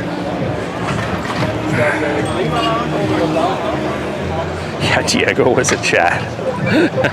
I hope he watches this straight back. Chad Diego. Also, no pictures, guys, attending an event where they famously make videos. Yeah, I mean, that's the thing. Like somebody said on Twitch chat, he just wants the attention. He's there so that he can be like, I don't want pictures, and make a big deal out of it, right?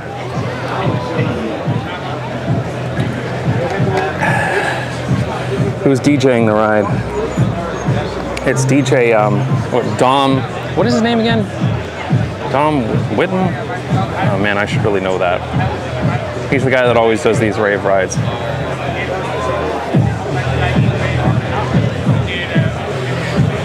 I do like drum and bass music. I mean, I prefer trance, but I like drum and bass music.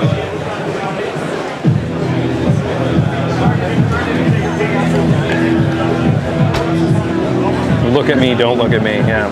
Whitting, that's it. Dom Whitting is the DJ. Yeah, he has a YouTube channel where he does like this, right? He does drum and bass on a cargo bike. It's cool.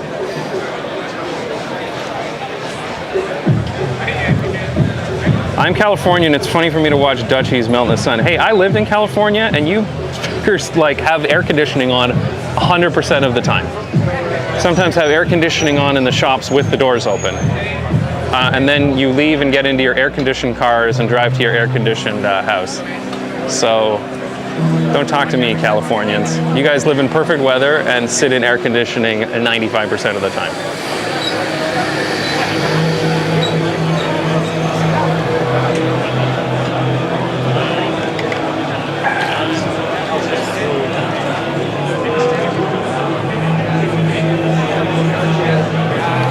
on, guys, get this show on the road. It's already 4:15. Gonna have to take a piss again at this rate.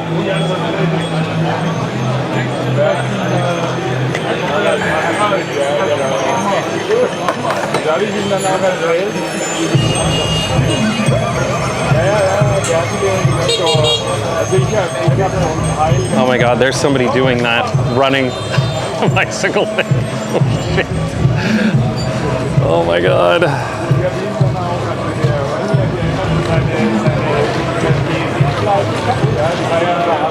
Okay, stream's still good, yeah.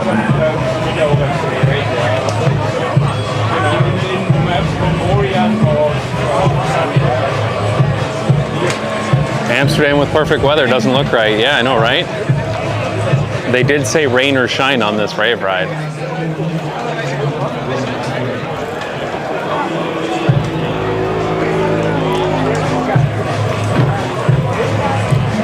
NJB, what state are you from originally? Your accent sounds very Yankee to me. Okay, how do I ban someone?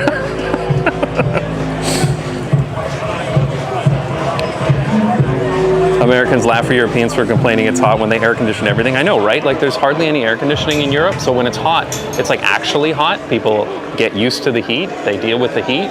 Americans are like, it gets to be 172 here, while they sit in like their air-conditioned house.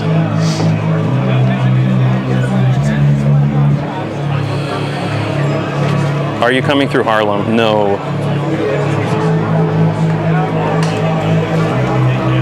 This is nice weather though. It's actually got a great breeze off the river. Okay, here we go.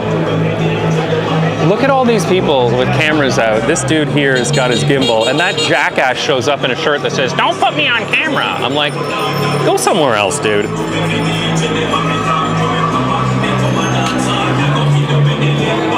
All right, I think we're finally getting going.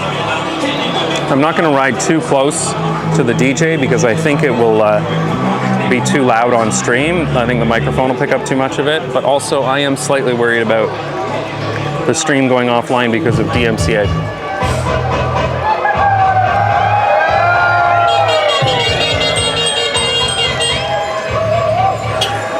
Okay, so somebody can post under the video this timestamp as to when the rave ride actually starts. Let's roll.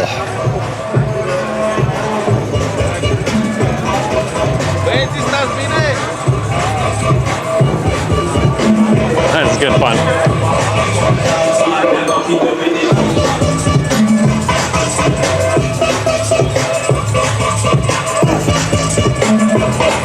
Will you review Houghton? Yes, I will, absolutely.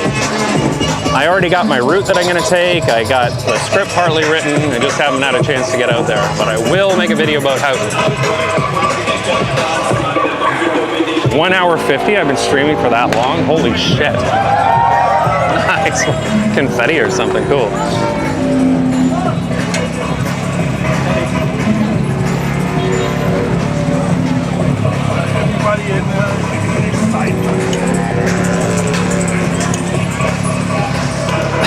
Normal Amsterdam traffic day.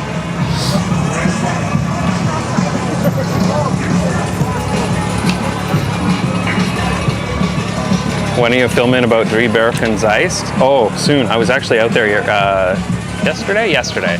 I filmed some more for that. I'm trying to get into Driebergen's Ice station because Steph the Transpo dude from TikTok knows the people who designed it. So I'm trying to get in to actually see the like private parts of the station to make the video. Oh, this is good fun.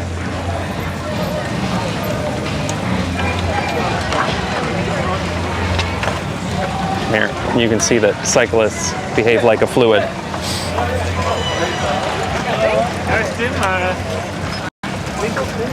Oh, dude. I am not going down that way with the streaming rig. I'm not interested.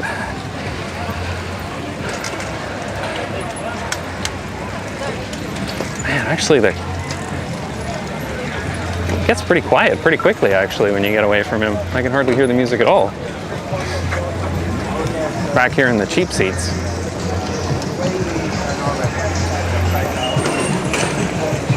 take the path less traveled to go where everybody else did. Yeah, I didn't want to go through that light. Yeah, what the hell? Everyone's having to get off their bikes.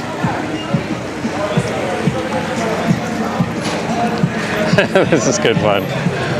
I heard that this was very slow so that you could walk it, and that seems to be the case, yes. There's only one DJ, yes.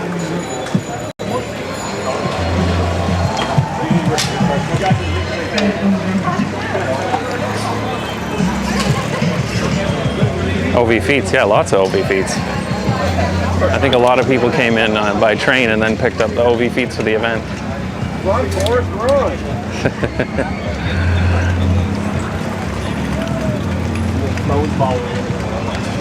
Did you know that a few places in the US have raised crossings? Yeah, they have a couple of them in Toronto too.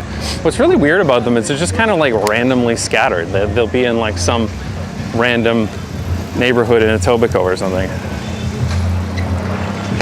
Because that's the way it tends to go in North America, that you need enough residents to fight for it for long enough, and eventually someone will be like, oh, fine, we'll put something in, as opposed to it being part of the standard. Who wants to ride bikes slowly? Yeah, not me. I should have brought a cargo trike like the DJ is on. Those are great to ride slowly. In fact, they're annoying to ride quickly, especially when you turn.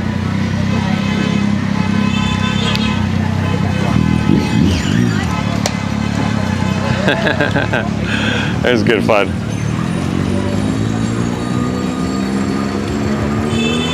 How do you like it? Is he reading two chats or am I blind? I am reading two chats. I am reading both Twitch and YouTube chats on Restream. So if you hear me answering a question, it's that you're not seeing in chats because it's on the other service. I don't know if I'll be able to stream Twitch for too much longer, to be honest, because Restream is annoying and it introduces a lot of lag. I might have to move to YouTube only streams sometime soon. Oh my god, this is insanity. There's different boats.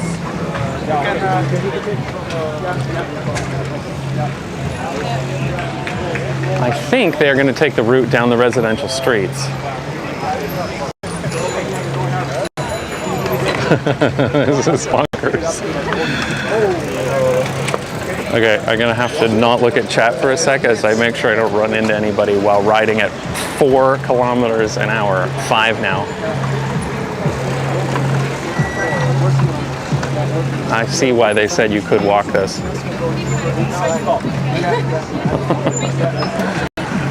Didn't Twitch ban simulcast recently? Only if you are partnered. So I am not partnered. I am not signed up to their, whatever it's called. Not partnered. They have another word for when you're monetized and stuff. I've not clicked through the EULA. So I can do whatever I want.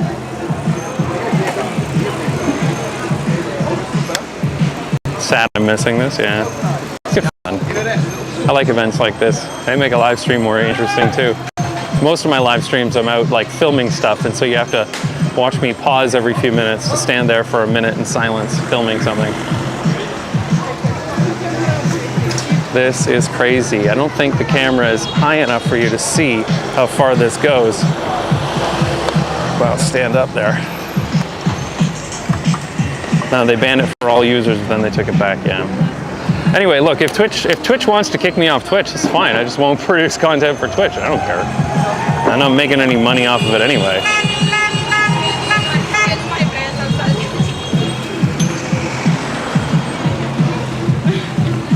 It's lagging a lot. There might actually be a lot of people on the mobile network here, right?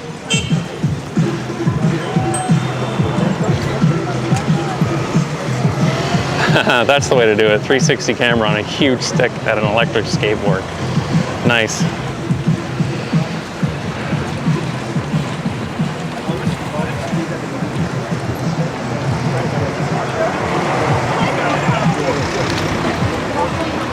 The front of the line is already at the city center. Lol.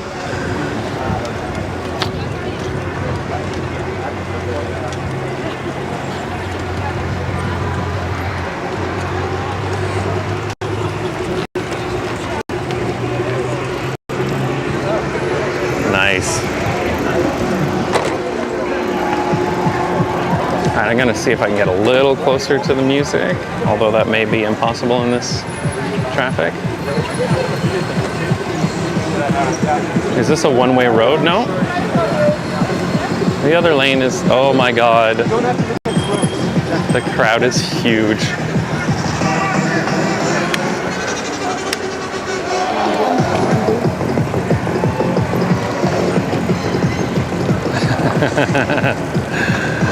I think they must have told the city about this, because I saw that there were some police officers stationed up there. So they must know that we're coming through. I assume you need a permit for this?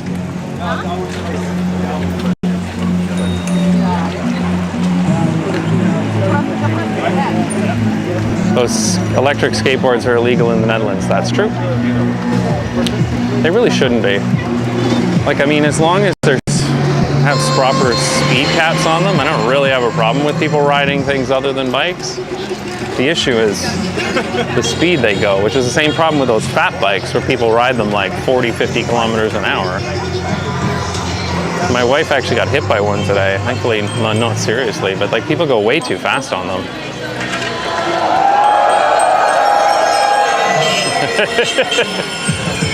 Nice.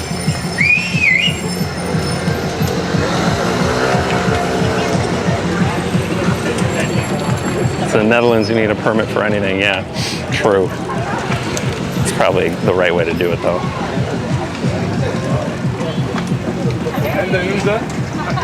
You didn't know electric skateboards existed? Oh, man. Welcome to a world of interesting stuff. That was an electric one-wheel. I did a podcast with Alan Fisher about micromobility, because he used to work at, well, I think he still does, but he used to do it more regularly. He used to build electric skateboards, like get the parts and everything and build up custom ones.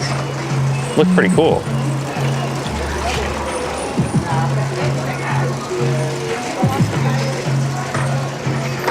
All right. What's your favorite Dutch word? Dude, I don't know. I remember my favorite German word was always entschuldigen.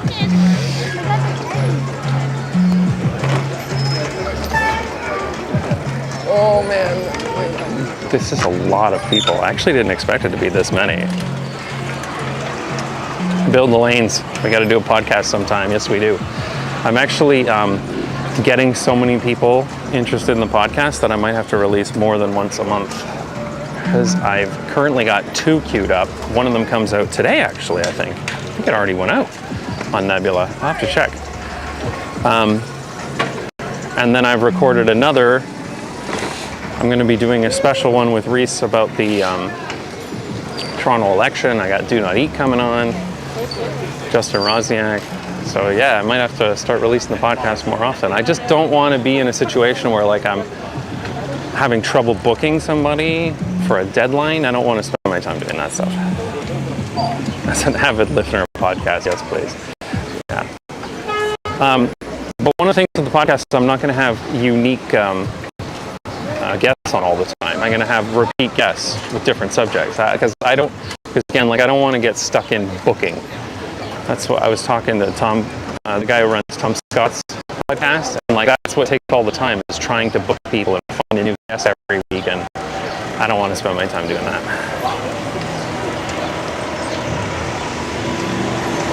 Close the stream to Open Nebula. Yeah, this stream is having some issues. I assume just because of the sheer number of people on the cell towers, and I'm sure I'm not the only one who's sending a bunch of data.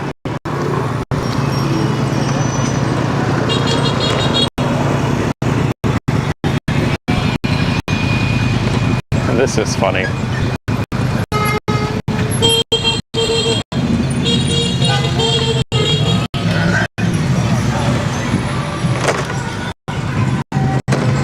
Oh man.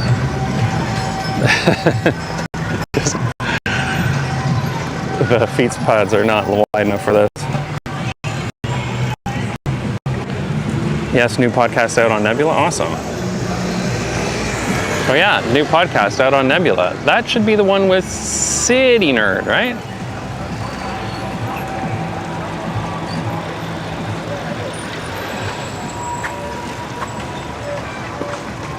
Oh my God, this is chaos. Also, I need to get my stream info back, come on. Now is the time that Google says, sorry, fingerprint's not enough. You need to put in your passcode. I'm like, I'm on a freaking bicycle right now.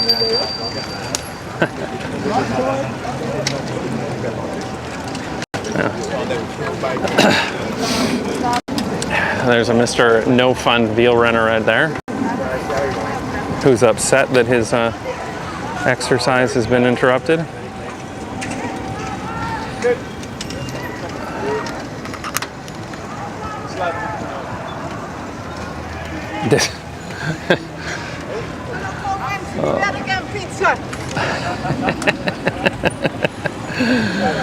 Another cranky person. This is a bit bonkers though, trying to get through here. And my stream keeps having issues too, because I think because of the sheer amount of mobile connections. Because what can happen with those cell towers, they can actually be full. They can have too many phones connected to them. And there are various things they do to load balance that, but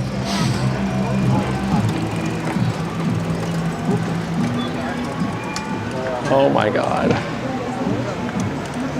Here, let me see if I can show you a view of this. Just totally backed up.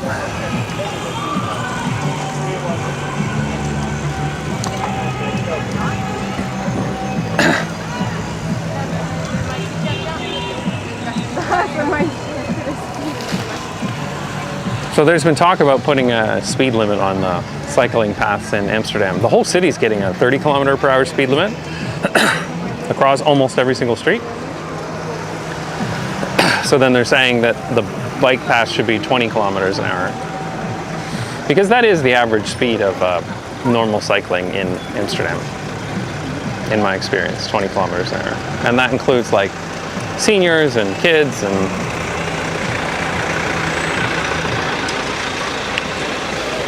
I don't know if it'll happen though. The trick is enforcement. I think they want to do the 20 km/h speed limit, not because they're going to be like checking that people might be going 25 or something, but just so that they have an ability to ticket people who are going like 40.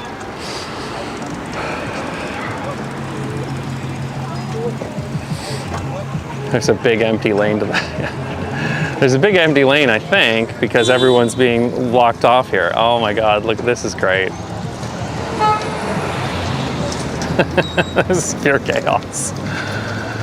There's a huge like line of cars down in the distance there.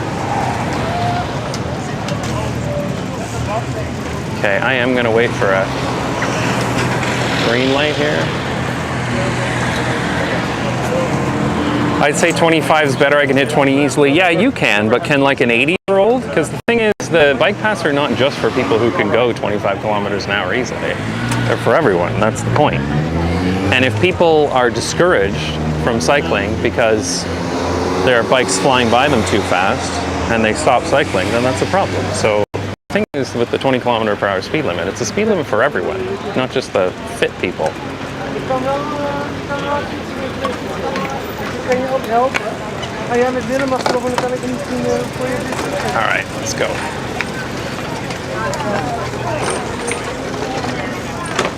And now we have to try to catch up.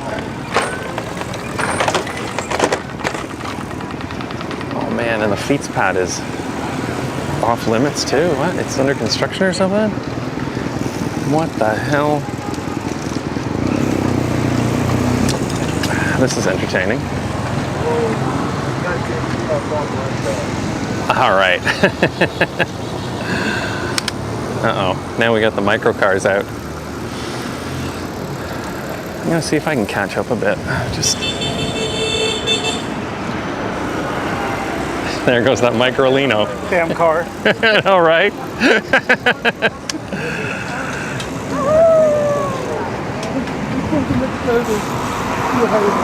Speed limits on bike paths are not possible. There's simply no law. The minister reject the plan. Well, there is no law, but that's the point. They're talking about introducing the law. That's the point of talking about it, is to get the law introduced.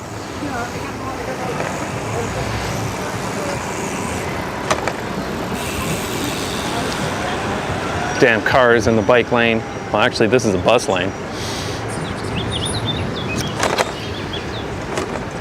But the cycling path is closed for some reason. I'm not sure why. There was a sign that said it was closed.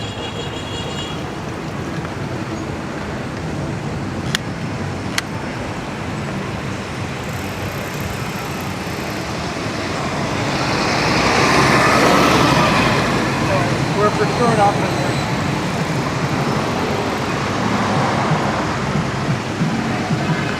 The main issue with the speed limit is that it limits how far you can go in a reasonable time. The speed limit across the whole city is going to be 30 though, dude. Like, you can ride on the road at 30, but you're not going faster than 30 anyway. So, like, this is in the city we're talking about, right? We're not talking about, like, between cities or something.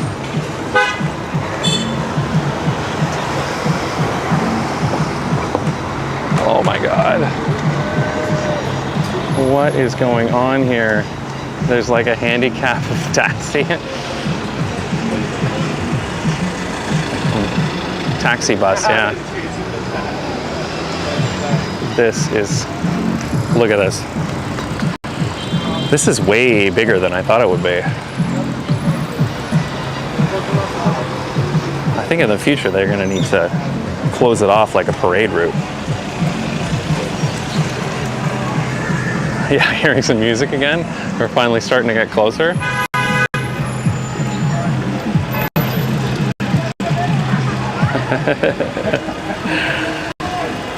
I mean, I suppose it doesn't help that it's almost rush hour and we're doing this. It's not like a Sunday afternoon or something.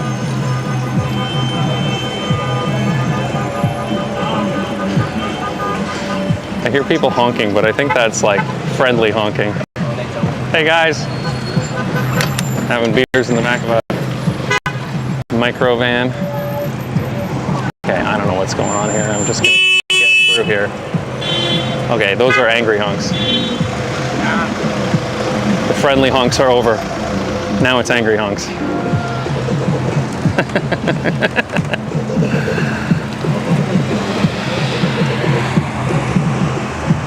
I'm not sure why this van is here. I mean, this is a bus lane, right?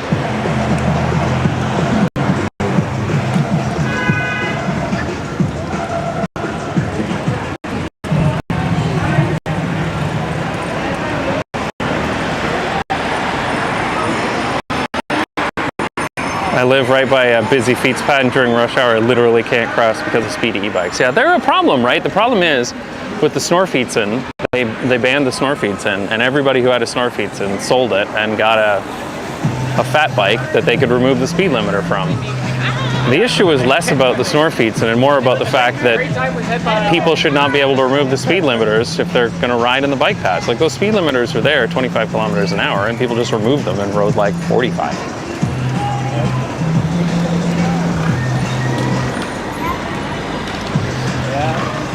Oh man, that stream is having trouble. I see it flicking in and out on my little preview window. It is what it is.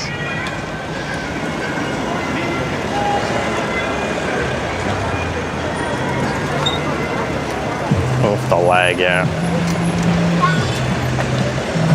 Yeah, I think the stream starts struggling as I get closer to the main group, because I think what's happening is it's literally just that there are too many mobile phones on the towers, and it just can't keep a constant connection. It's giving up my connection to give it to other phones, right? To load balance it. Yeah, the van driver, I don't know what he's doing. I mean, he's not supposed to be in the bus lane, right? Uh-oh. And here comes a bus. Oh man. This is chaos.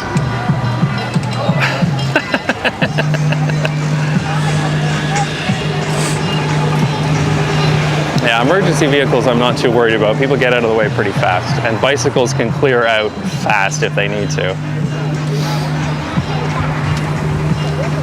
I've seen, they often use bicycle paths here for emergency vehicles because the traffic can clear out faster than car lane. But this bus is having some issues. Come on, people, get out of the way.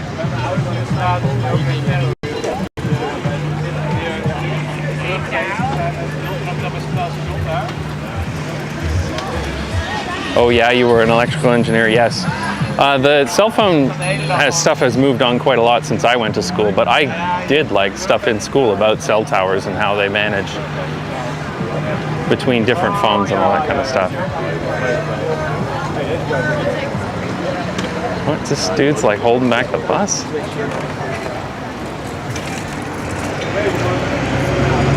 Sorry, bus riders. Oh, dude. Okay, I think I'm lagging on chat here. Everything's kind of stuttery. I'm just gonna ride for a bit, see if this is pretty crazy though to be riding in the middle of the bus lane.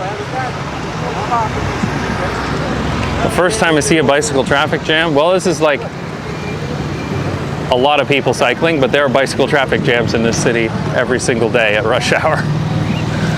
That's why they're widening a lot of the fietspaden.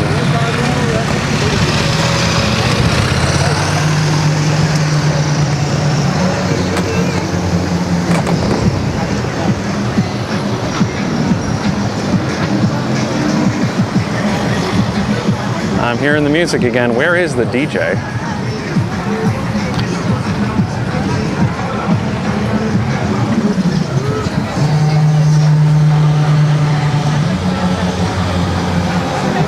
Oh my God, some dude's on that treadmill bike, but I guess he's got it in not treadmill. Oh no, he's walking on it, yeah.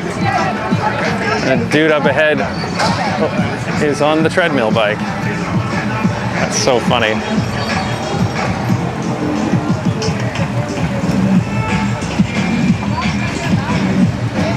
Looks like a critical mass event, yeah.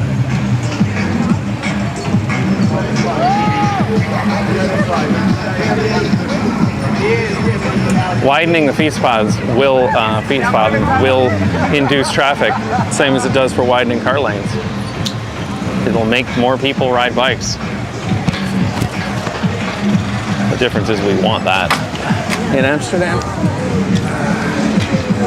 Okay.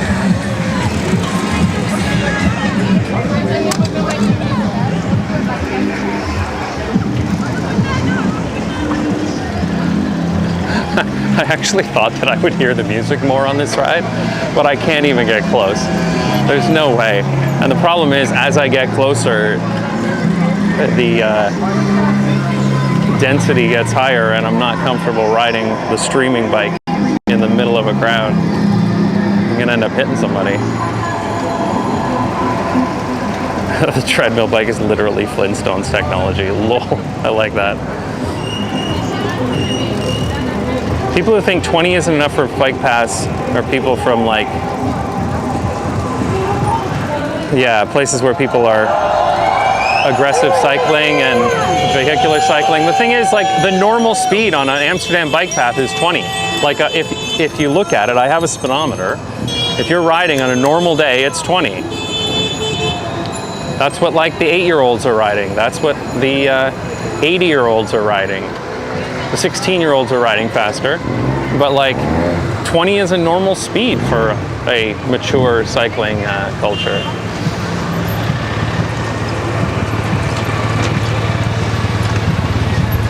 And since the whole city's going 30 kilometers per hour anyway, like I don't really see how 20 is a problem for the bike pass.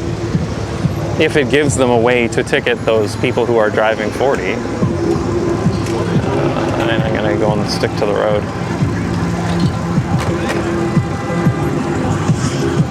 Imagine if these people were in cars. Oh, I don't have to imagine. I've been to London, Ontario. Sometimes I love to sit in traffic in London, Ontario and count the cars that are like causing the traffic, and it's usually like 12. Maybe 20. Like,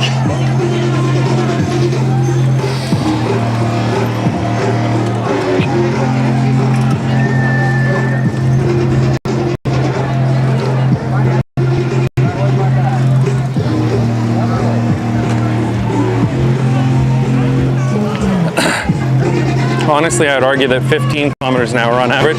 Well, apparently the average speed of an Amsterdam cyclist, including like stopping and everything, is 16 kilometers an hour. I saw that published by the Fietsersbond. but like the moving speed is about 20, but then sometimes you have to slow down or stop.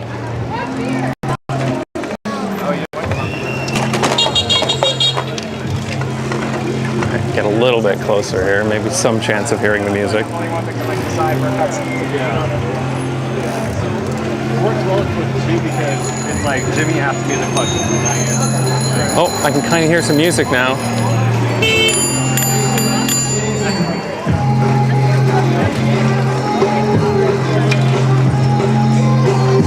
And I would love to have a cargo trike here going this slow. I'm glad I didn't bring the buck feeds. I can't ride this slowly on a buck feeds. It's too difficult on a two-wheel buck feeds. Well, I mean, I guess I could, but it would be tough to do while doing streaming and chat and everything at the same time. Where is this if I'm into Pipe? It's in Amsterdam Nord.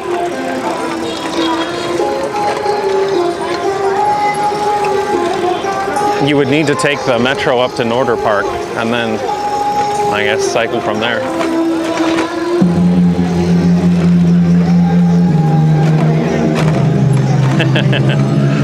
Oh, this is good now that we're more spread out and everything.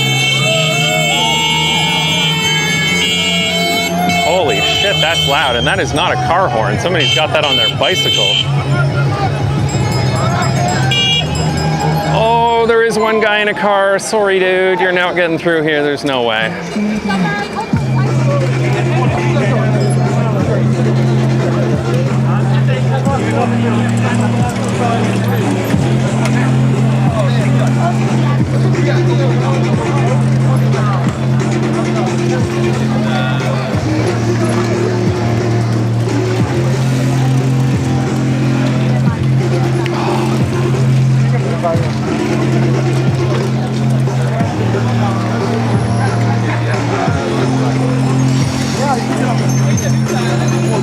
Oh my God.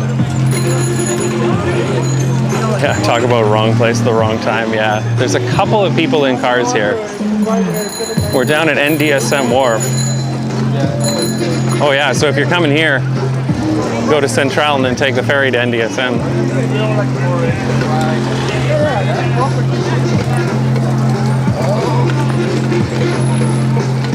Although I think we're going to be done the ride relatively soon. Actually, forget exactly where the ending of it is. It's some bar, which is going to be very crowded, I think.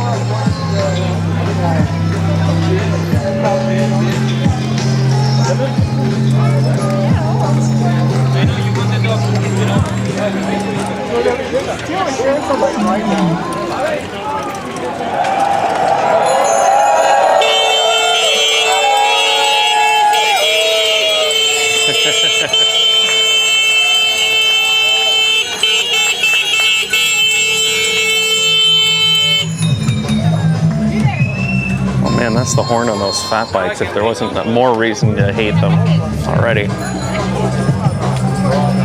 Or rather, enough reason to hate them already. Now there's more.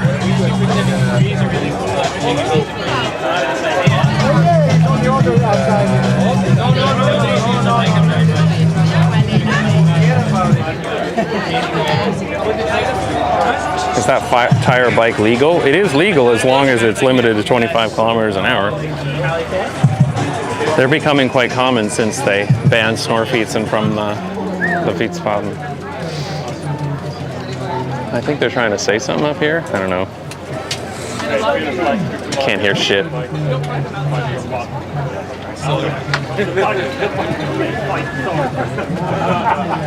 gonna try to go around and get a little closer. Oh, this is the bar. This is the end. People are starting to grab tables and stuff.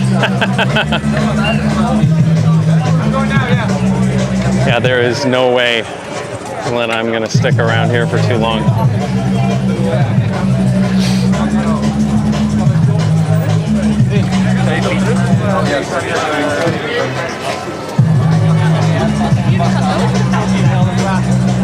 Wow, that was a short one? Yeah, that was a short ride, considering we started like so late.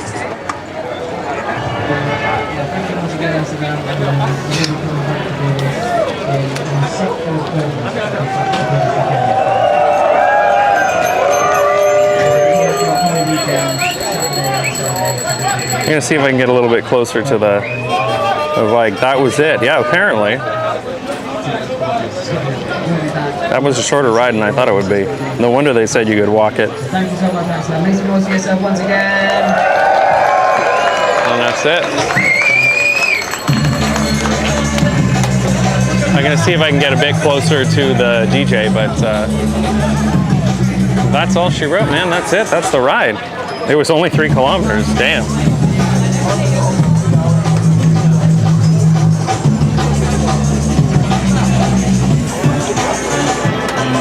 They normally last an hour when they do it themselves. Yeah.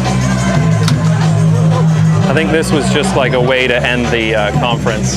Not so much like the ride itself is a big deal. Yeah, let me grab some photos of this. Saw somebody trying to drive through. Good luck, dude.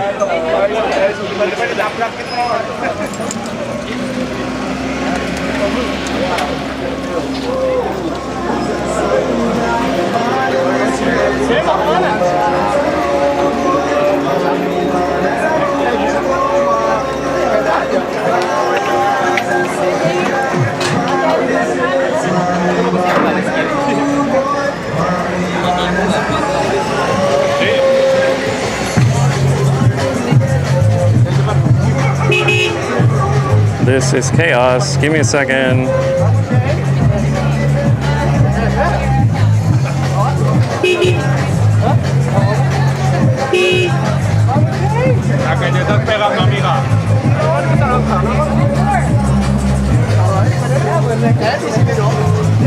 Unless they live there, they should go around. I suspect that they're here at like one of the restaurants or something. Because nobody lives here, to the best of my knowledge. I'm gonna try to go around the other way. Actually, I'm gonna try to go around after this car. He's gonna have a hell of a time trying to get out of here.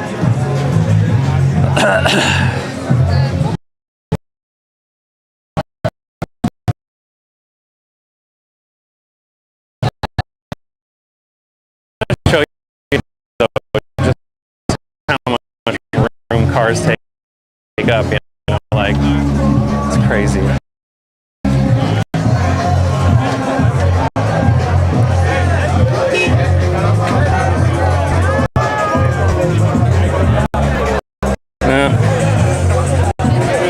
Did I lose T-Mobile again? Looks like it.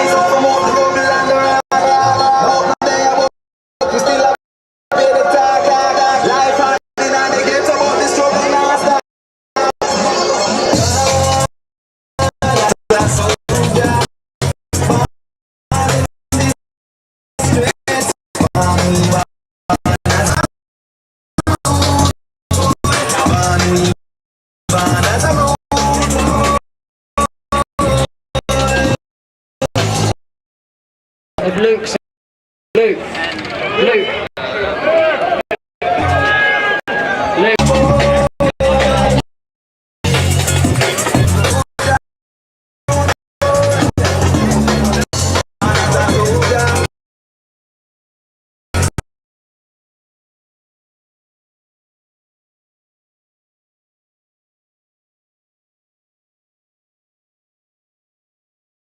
All right, that was fun.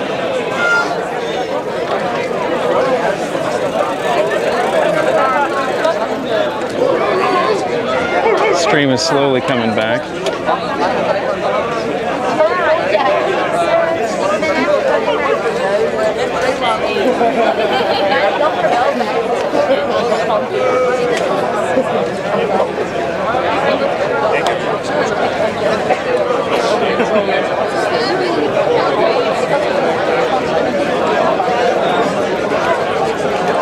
that was a big F. Biggest F yet. In fact, that was such a big F, it's almost an L.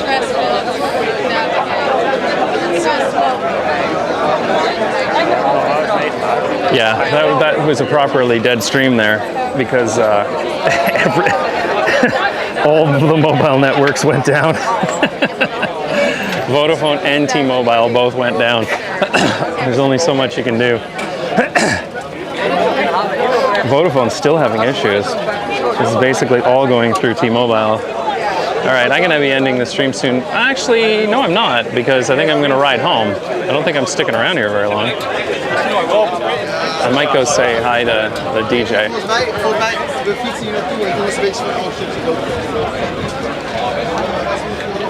Get a photo or something, use for the thumbnail, get some video, make some content. All right. Vodafone is still having issues though, it's so funny. It's got full 5G service and can't put more than a couple kilobytes through. Oh, a truck is trying to get through. I wonder if Dom would know about you. I'm a bit curious too. Like, does he know who Not Just Bikes is? He might, right? He is a YouTuber. Look at this. Truck trying to get through. Oh man. Do it, drum and bass fan here. All right, I'll go say hi. I'll tell him chat wants to say hi.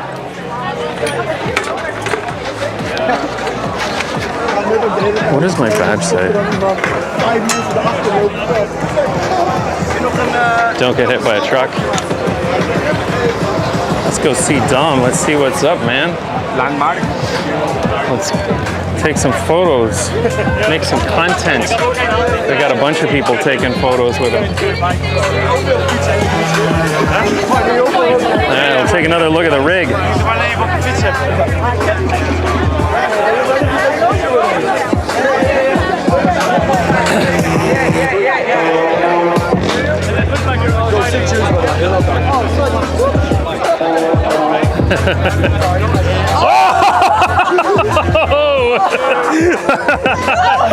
Oh, that was definitely an L.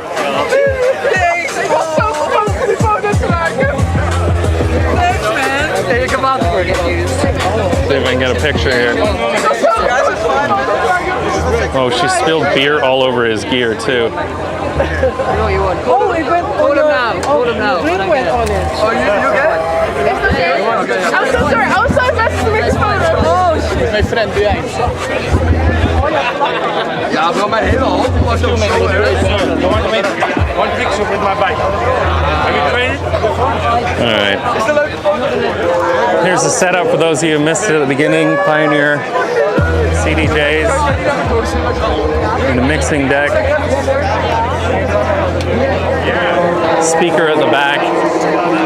It's a pretty good setup. And I love this like giant arm he's got here with like camera gear on it.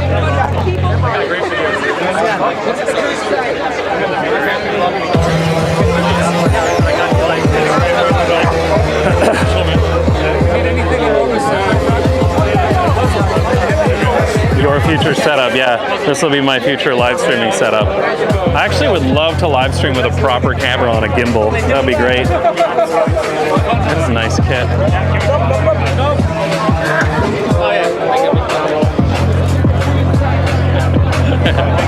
Photobomb that one.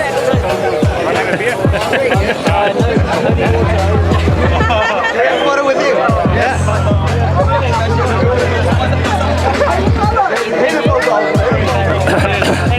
Yeah, this stuff is all attached to the bike, but he's done it properly. Hi there. You good? Good. Can I get a photo with you too? Yeah, just sure. for the internet, make some content. Do you know Not Just Bikes? You know the YouTube channel Not Just Bikes? Maybe. I'm not sure. Believe it or not, I don't really watch too much. That's fine. I just hit 1 million subs the other day, so I yeah. probably shouldn't know about it then. I love it though. This is such a good setup. Yeah, man. It takes up all of my time, but it's so worth it. Yeah, you've got it like properly done now, right? Yeah. Because I saw it a long time ago where it so was. this is I've got about 2 of these, and this is like the next model. Like we used the first one as like a prototype, and then we did like a brand thing, and the challenge was to build a bike. So this is. I love it. All right. Well, anyway, check out Notch's Bikes sometime, eh? And keep it up. It's awesome.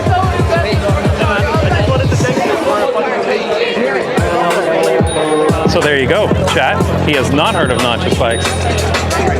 I actually really like that. I love it when people haven't heard of the channel.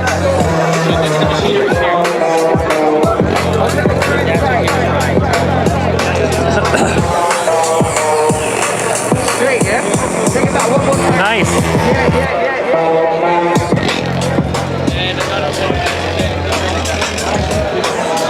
What's the YouTube kanaal? Yes. I didn't even know you were Dutch. You're not Dutch. I'm not Dutch, I'm Canadian. Oh, cool, man. Do you live in Amsterdam? Yes, I do. Yeah. Mind getting a picture? No problem, sure. As long as you don't mind, I'm live streaming right now. But you're live streaming? Oh, I'm sorry. But we can get a picture. Go ahead. Let's go, drum and bass for life! Okay, what's your name? I'm Gus. Nice to meet you. Nice to meet you too. Wait, that's not the selfie cam. Let's go. There you go. Cheers. Thank you. Cheers. Have a good time. Make sure to subscribe if you haven't yet. So funny.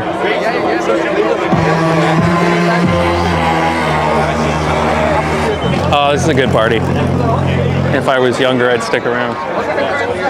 But I think I'm probably gonna live stream the ride back. Probably back to the pipe, actually. I've got to get a flight to Berlin like ASAP, so I'll be going in like 2 minutes. DJ's going in 2 minutes anyway, so.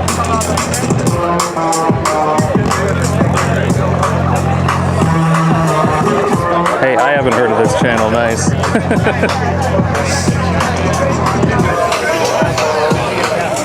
Man, I could really go for a beer though, but what do you think the lineup is to get a beer around here? It is definitely beer weather. Villain Biertje drinken. Alright, I'm gonna go see if I can get something to drink, but otherwise it's water and a ride home.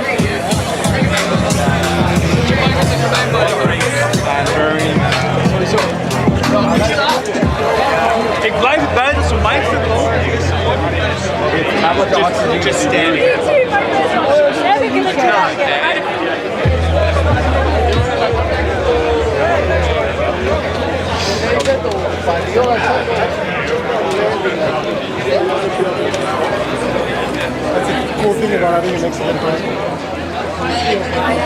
Yeah, I suspect he'll be waiting a while for a drink. Oh yeah. It looks like they're being pretty efficient, but.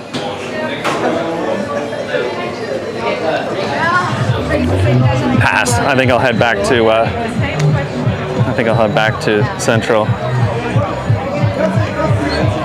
I'm gonna be having dinner with the family tonight anyway. I did all my raving in the 90s. This is awesome though. That's a great setup. I love it.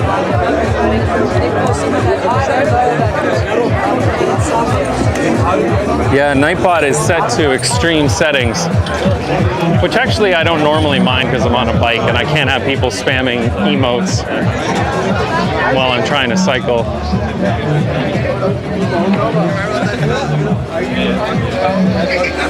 Let's get back to the city. No more suburbia.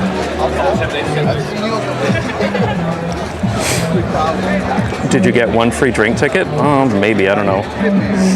There was probably something.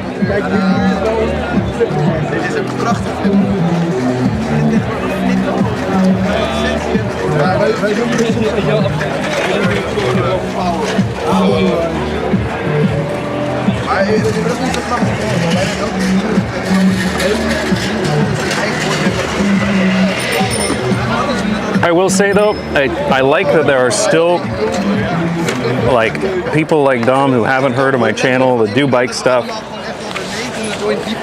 That means there's still more people who could possibly come see Nacho's Bikes. hoor je dat? Dan ben je aan het kronkelen. En het is ik wil flauw worden. Maar kronkelen? All right, let's get back. I think I'm gonna go back to the pipe. Or maybe not. Let's see. Where's the best place to end this stream? Any ideas, chat, somewhere in Zode? Where's the best place to end the stream? If I'm ultimately heading back to Zode.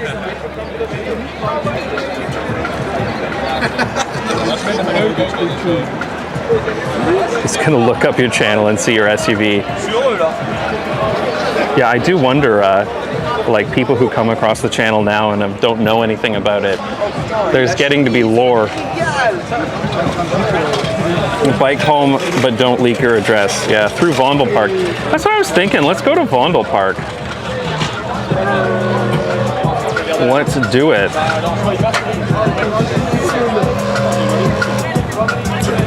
Makkelijk doorfietsen. Let's do the Autolu route here.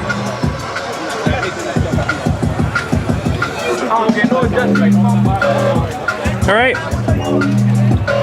We got some directions. Autolu to Vondel Park, and I will end there. How many people are on this stream anyway? 229 across both services. All right.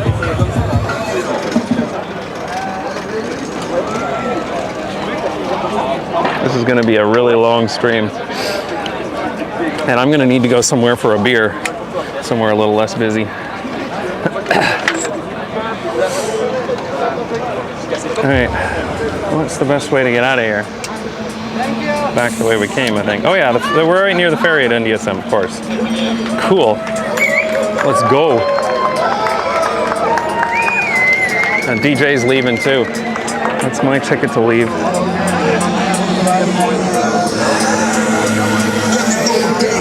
I should live stream a DJ set with my old records. Thank you. Nice to be back in August.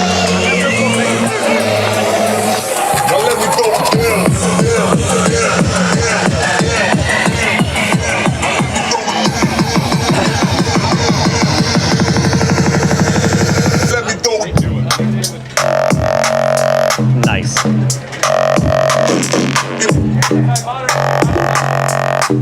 My father used to much stuff. Give you a beer?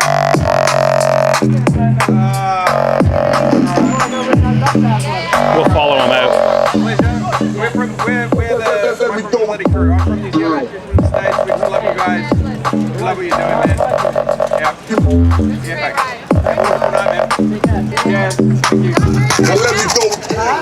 I'm actually happily surprised how few people recognize me on this.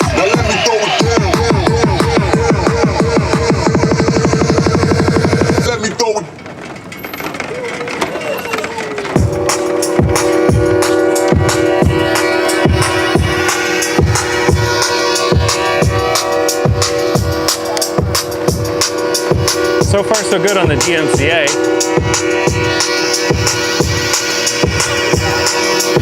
I guess this music isn't covered on DMCA on Twitch and YouTube. We'll see what happens when the VOD goes live though. That's when the extra checks come in.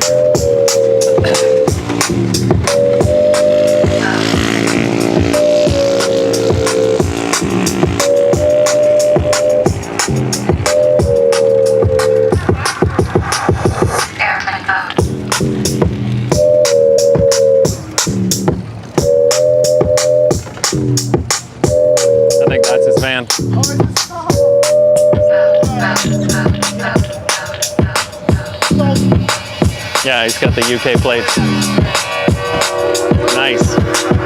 All right, everybody say goodbye to Dom. His setup is amazing. Like I saw it years ago, really briefly, but it was nothing like this. Like he's done it properly now. These are proper like metal pieces that are attached here that are custom made for it. Like he knows what he's doing. It's awesome.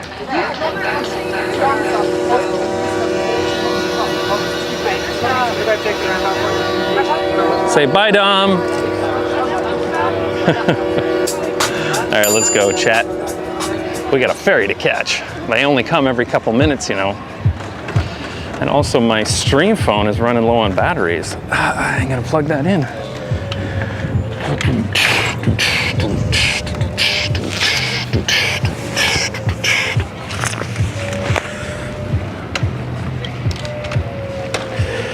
I always liked drum and bass music, but when I was DJ myself, it was always usually hard house or trance.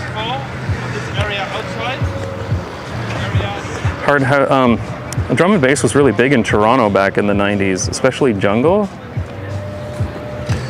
It's actually one of the reasons I didn't want to spin it, because it seemed like everybody and their dog was a hard house DJ back then in Toronto. Whereas like UK hard house was unheard of. Where's that cable?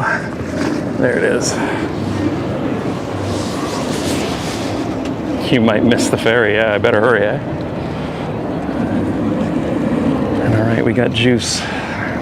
So far, battery's holding up. Stream's holding up pretty well too, actually. Considering how much technology there is involved, and that it's in a black backpack in the middle of the sun. House is boring. UK hard house is not boring, my friend. My 3-year-old and I very much enjoyed this. There you go. That's awesome. That was more grime dubstep at that point. That's true. Oh my God, face reveal, yeah. I love that I put my face in my first scene in my first video on the channel so that nobody would ever ask me for a face reveal. But now it's been so long and so many people haven't seen that first video that they think that I've never done a face reveal. And I'm like, God damn it, people. Is that an NJB hat? Yeah, so I was telling people earlier, when I was making my 1,000,000 subscribers video, I bought a bunch of tacky, I had a bunch of really tacky, not just bikes gear made, because the original plan for it was I was gonna rent a Lamborghini and pretend that I sold out as not just bikes, but then it was funnier to get a truck and pretend to be not just cars. So I've got all this tacky merch. Maybe I should like give it away to a Patreon supporter or something.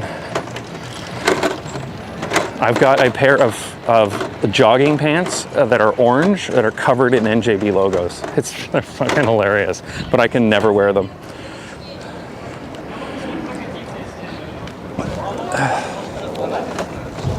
All right, how's that?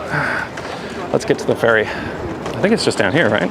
Oh, actually I passed it, but I can also get there from here. I just passed the bike path to get here though. So new condos going up here, eh? There's a lot of development happening in Nord. It's like previous industrial space, but there's a bunch of like interesting restaurants and bars and stuff opening. Please let us buy Not Just Bikes merch. Yeah, someday it'll open again. The merch store was always a limited time thing, but once Nebula figures out European payments properly, I'm going to switch to using Nebula's backend for it, and I'll sell merch again. I don't know if I'll sell clothes though, because they're such a pain in the ass. Like they get returned if they don't fit. It's so much easier to sell like, I don't know, stickers and stuff. Hats maybe. All right. This will take us to Central Station. Oh.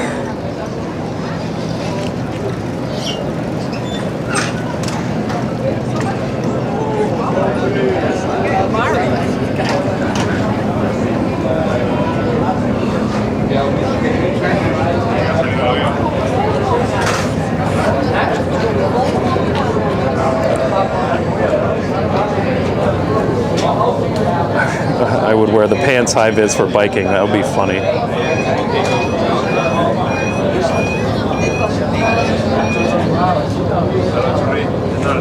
You should sell bike related stuff, like things to decorate bikes, NJB bike bags, bike pumps. It's possible. One of the issues I have with merch though is that like it tends to be quite expensive to do in small quantities with the logo. And so then you end up getting, in order for the price not to be too high, you end up getting cheaper stuff, and then you end up printing a bunch of stuff with your logo on it that's cheap garbage. And I hate that. I always hated that when I was in like working in marketing too, I was always say to people like, you know, we're going to get this cheap merch and then it's going to break and then people are going to associate our brand with this broken shit that they have to throw out. Nice. Okay. Wow. Have you seen the plans to build a cable car to Nord from Central? It's not from Central, it's from closer to Houthavens, I thought, but yeah, I have seen the plan.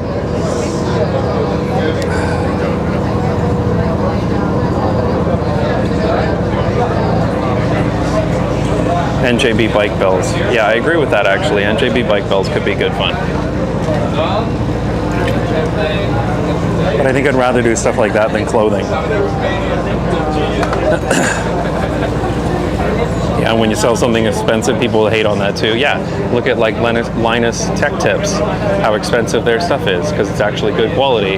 And then it's also done in smaller volumes and it's got their logo on it. And so you end up with a $75 screwdriver. Is it gadget ban or do you think it'll be useful? I think it's kind of gadget ban-y. It's being run by a private corporation, so I don't know. Cable cars don't really have fantastic throughput. I mean, they work in certain conditions. If you've got a public transit system that has like a very high hill in it for a very short distance, it can work, but it's hard to get a cable car to work efficiently in a public transit context. I mean, other than like skiing, right? Which is where it works because you're trying to get people to a very high elevation in a short distance. Saddlebags and panniers, yeah.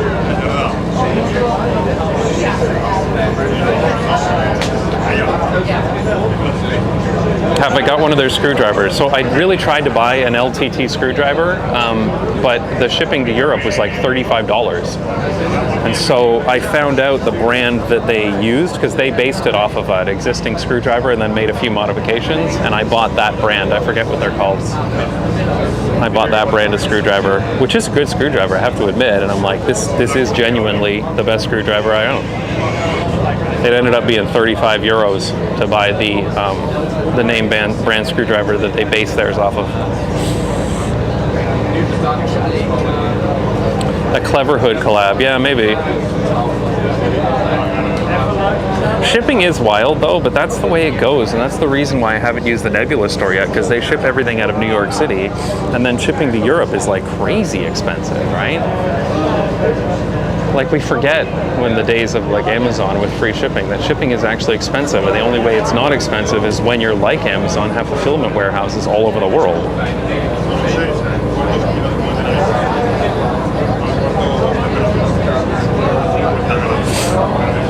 $40 markup. Yeah, well the problem is, like, that's again, they're making it in small quantities. They've made changes to it to make it more robust, which it makes it more expensive, and then they're putting their logo on it, and like, it's going to be expensive. There's nothing you can do about it. The way to make it cheap is to mass produce it in huge volumes. And that's kind of the opposite of like merch for a YouTube channel.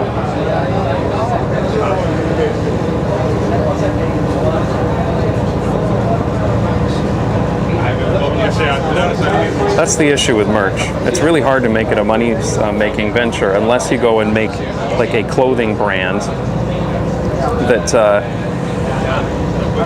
that is separate from the channel but like promoted by it, you know?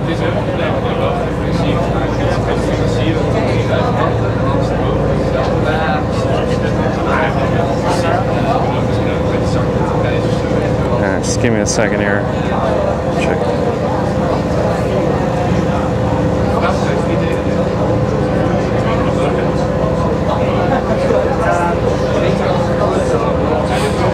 Yeah, I don't think people realize just how expensive products are when you're making them in smaller quantities and niche products. I know because I used to get products made. Like I would talk to vendors on Alibaba and buy in larger quantities and get them shipped to Amazon warehouses because I used to run a business on Amazon.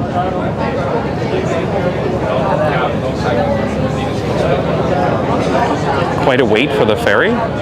We're almost there, dude. Did you not realize we're moving? let me see if I can turn around to show you this view. De kosten van het huis zijn van iets van 2200 of zo bij elkaar. Ja, iets minder denk ik, denk 2000 of zo. Maar ja, dat kan je in eentje natuurlijk.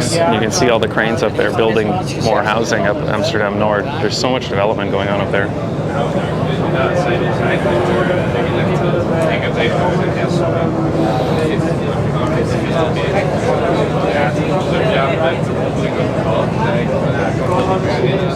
I don't sell those caps at all, for what it's worth.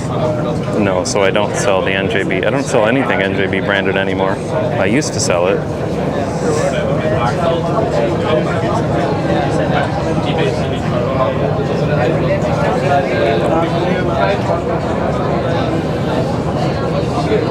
You know,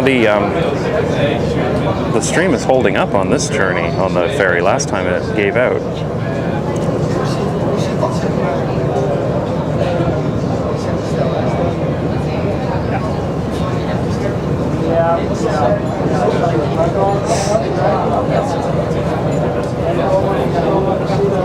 Doesn't help people are paid crap these days as well. Yeah, that's true.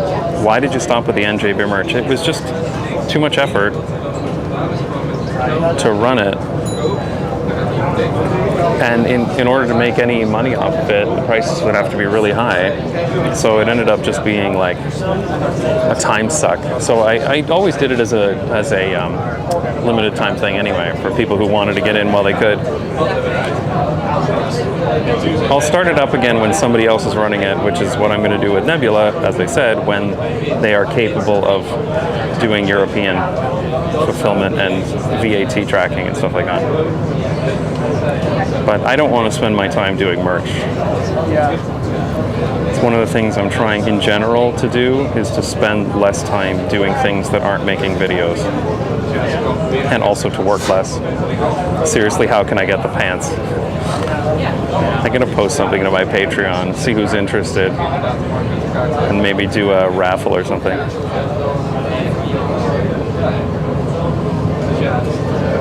Are the blue and yellow bikes the shared bikes? Yeah, they're the OV feeds. That one there, if you can see it.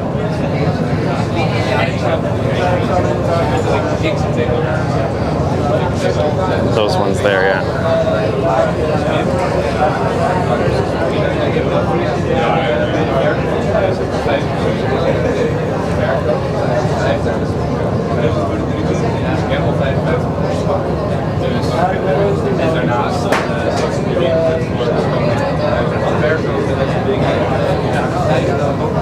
That's definitely Leonard Nout, the cycling guy. Yeah, it could be actually.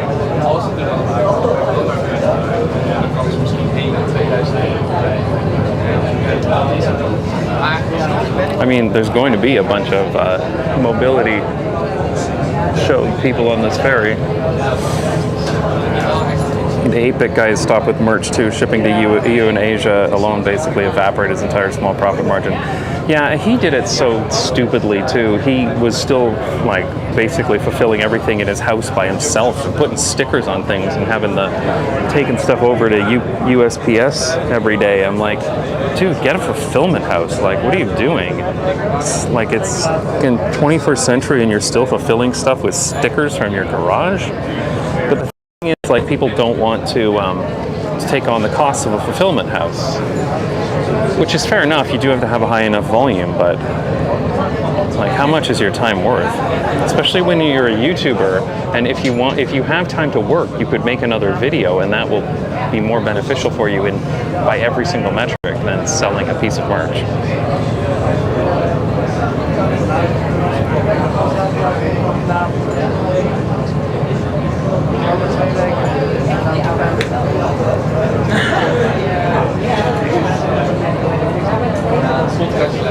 Did you bring sunscreen? Yeah, I put on sunscreen before I left. I actually put it on twice because I'm really freaking white.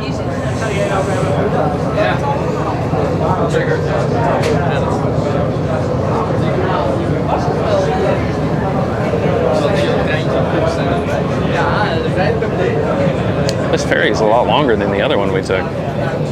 I guess it goes across a wider part of the eye.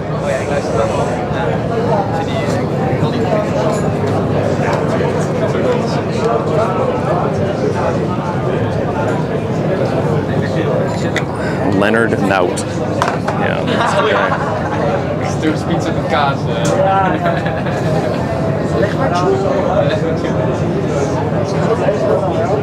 Stuk pizza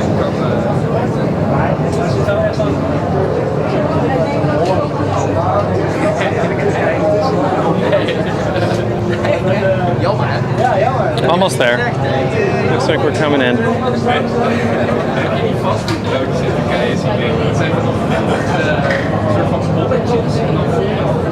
When pushing my regional transit authority to add bike rentals to the system, but the rental bikes are like 50-pound tanks, you can't easily put in a bike rack. Yeah, bus bike racks are a funny thing. They don't really have those in Europe so much. It's a very North American thing though.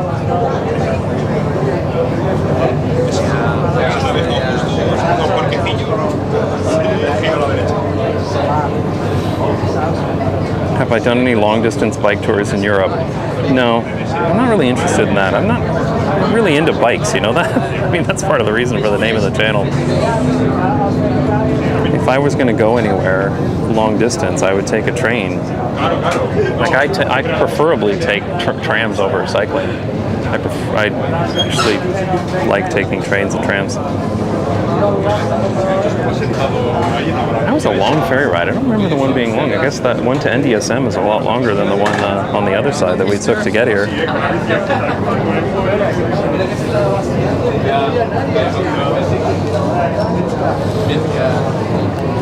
Oops. There's a bit of a bump. I guess we're there.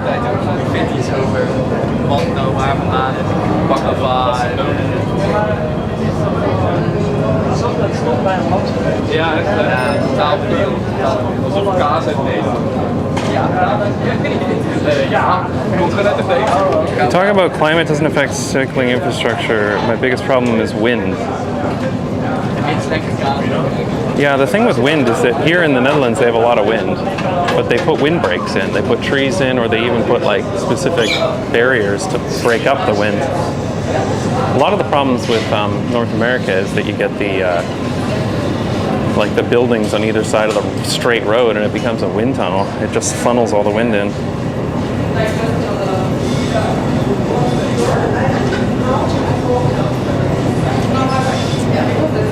Of course, e-bikes kind of erase the wind problem too, of course. It's busy here at Central today. I guess I never get down here very often, especially in like tourist times in the summer. I have no reason to come here on a normal day.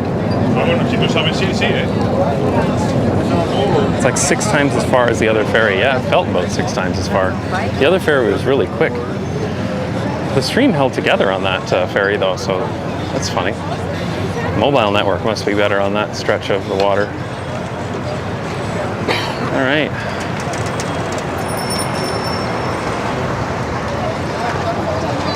Okay, so my GPS wants me to go... Oh, that's an interesting route. Really? I guess that makes sense if we're going to Vondel Park. Huh. All right.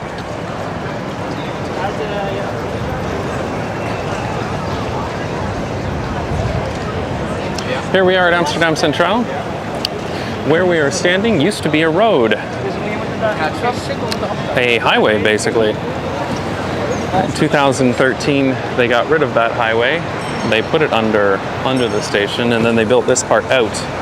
This used to be water that we're standing on here now. This is the taxi pickup area for Amsterdam Centraal. Up there is the bus station that they built when they got rid of the road. So the buses all come in there, trains are over there, ferries are on that side as you saw, and then this is one of the bike paths leading out. An ignorant question, but the ferry's always that busy. In my experience, yes, they tend to be that busy. I don't take them that often, but I did used to work in Nord for a while. I usually took the metro, but I sometimes cycled with the ferry, and they were usually that busy, yeah. I mean, I assume that I was traveling in rush hour most of the time, and I'm assuming this is like summer traffic. In the middle of the winter when it's raining and there's fewer tourists out, maybe not. Hey, Jason. Hey! Oh! I forgot I was still wearing that Not Just Bikes hat. I actually have been pleasantly surprised how few people have recognized me on this outing. Because I show my face less often these days in videos, because I'm happy to stay anonymous. I used to get recognized more often just on a normal day out. So it was good. Mission accomplished. All right, let's get to Vondelpark. It's also Friday rush hour. Yes, that is true. I love this tunnel.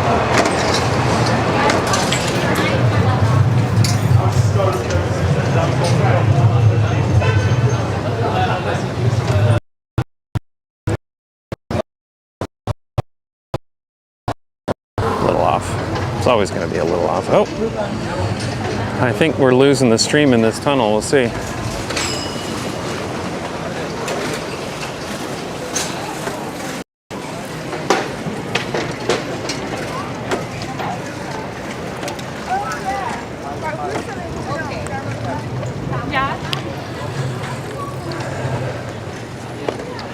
Oh, the Feet's flat is empty. They've taken everything out of it. I haven't been here since they closed that. The new bicycle parking garage is just back there. The one I made the video about recently.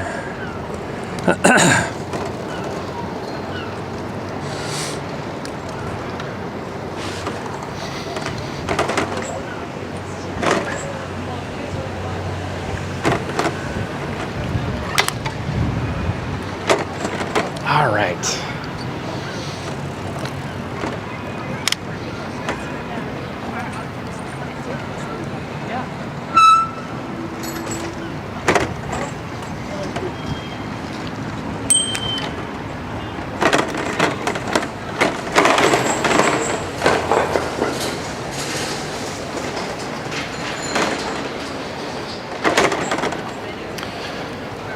Okay, stream back. Yeah, looks like it's all right. I think.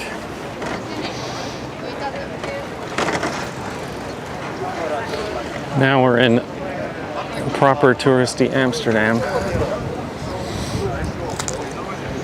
It's so funny how I never come here. It's like a different city. And that's why I love it when people come to Amsterdam and they'll be like, it's nothing like Not Just Bikes and there's no bike lanes and it's just a bunch of narrow streets.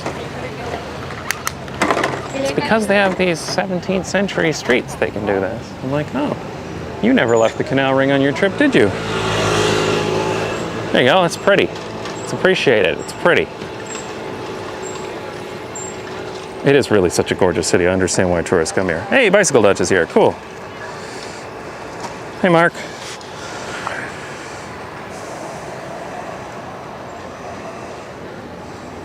You haven't seen the empty Feet's flat yet, even I have. Well, you know, I think you get to the center of Amsterdam more often than I do. Oh, actually I was supposed to turn back there. There's no bridge on that sign. Too busy looking at chat, not looking at my GPS.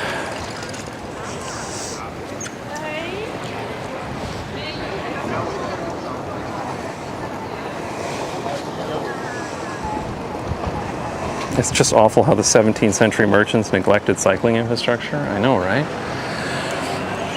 You know, when the canals were built, they removed all wheeled traffic from this part of the city. Like all carts and stuff like that. So this place was car-free before cars were invented. Because they built the canal system and then said, okay, no more horse and cart and stuff coming through here. It's you bring everything in by boat from now on.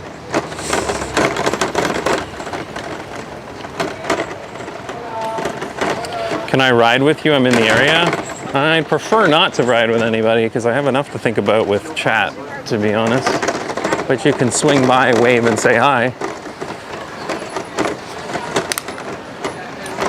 Oh shit. Lost something. Oh, okay. Just that. My lock, some of my lock was falling out there. Just saw you drive out of the tunnel from my apartment, that's funny. Such a boat-centric city, I know, right? This boat centricism is destroying our great urban places. Whoa! These are some of the old pavers that are bumpy.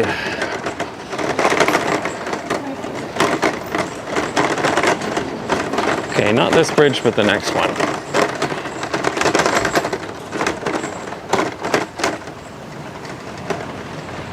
Wasn't everything car-free before cars? Yes, but they specifically made this place off limits to wheeled vehicles. So cars were prohibited before cars even existed, and that's the difference. Several Roman cities did the same thing. I know Pompeii did that. They had the carts were only allowed, I think it was after 9 p.m. and before 9 a.m., so they could only come in at night.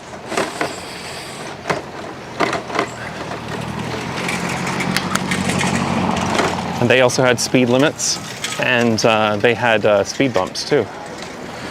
Because all of these issues that we're having with cars going too fast and destroying our cities are not new issues. They're just worse because cars are worse than carts and horses. What's your favorite thing in the Netherlands other than transportation? I really like living here. For a lot of reasons. I like the work-life balance. People know how to enjoy themselves.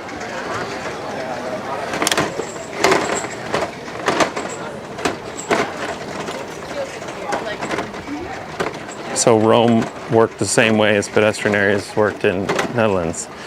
Yeah, you know, it's really funny, like when you read about what the Romans did about keeping horse and carts out, it's like literally what European cities do with cars today. They did it 2,000 years ago. Because, like, surprise, surprise, there's always a problem with people who want to go too fast at the expense of the safety and comfort of everyone else.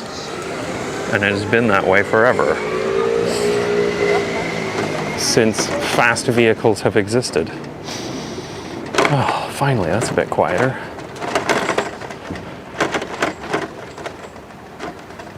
How often-ish do you have bike or pedestrian bike collisions? I'm not sure exactly what the stats are. I have not really been involved in one. I've had a couple where me and somebody else cycling get a bit close to each other and both end up stopping. Maybe we bump our wheels together or something. I do have to be careful on the live streams though, because there's a lot to pay attention to. And so I do worry that one of these times I'm going to get in a crash when I'm on a live stream, but I generally try to pay attention to where I'm cycling instead of chat, unless it's safe to do so.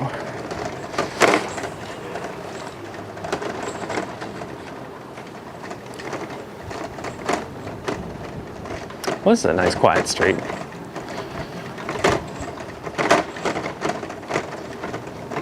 I'm sure you could buy a house here for a few million.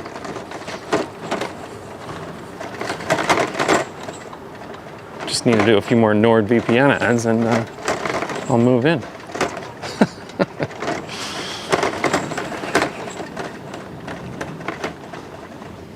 Yeah, the Feats professor maps those collisions, yeah. And he likes to bring those data out every time someone's like, you know, cyclist fatalities are going up. We should really look at helmets or limiting cyclists. And then he's like, oh, but they all come from cars. Can we just limit cars? Another nice bridge. It does look nice, Mrs. Tourist Lady.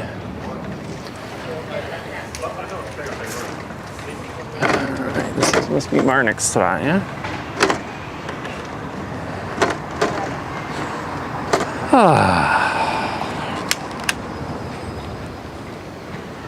Man, it is good to be outside of that busy touristy area. I was going to say canal ring, but we're still in the canal ring, right?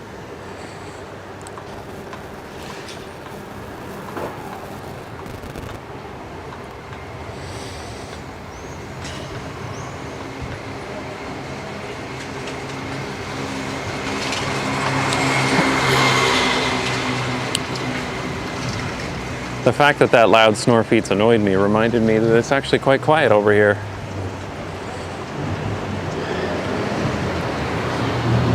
This street is mostly off limits to through traffic, so there's not a huge amount of car traffic. There are still Snorfeets and motorcycles.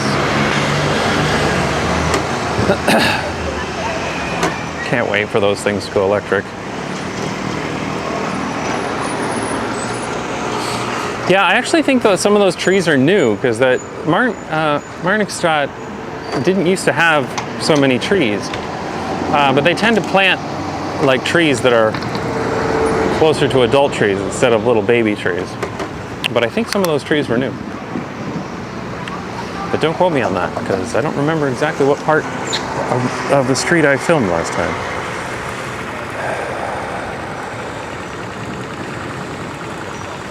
All right, where is it taking us here? Frederick, Hendrikslaan, yeah, that makes sense.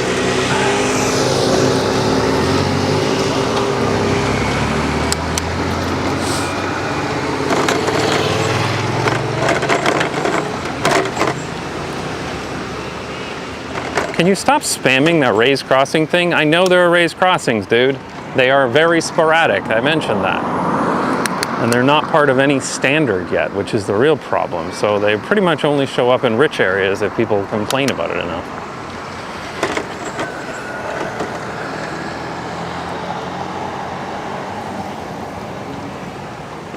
You're really taking a detour. I think this is a pretty good route to Vondelpark. I did choose Autolu route though, so I'm generally avoiding most cars. So it'll be a little bit circuitous.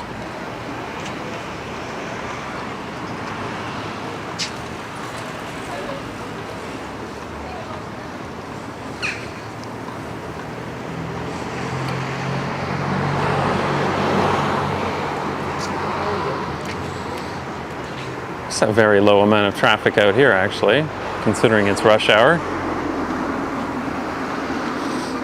I wonder if they've recently cut down the amount of traffic on this street. A lot of these streets are getting cut for through traffic, which is nice to see. What do you think about those insane 40 km/h 1,000 watt electric bikes? Yeah, I already talked about that. They're a fucking menace.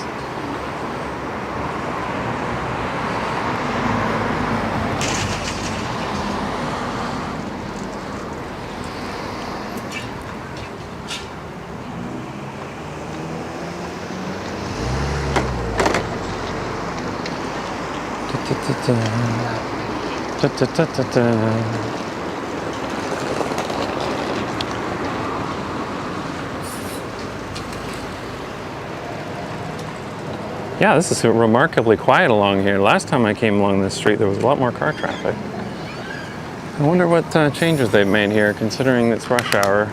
You'd think there'd be more cars along here.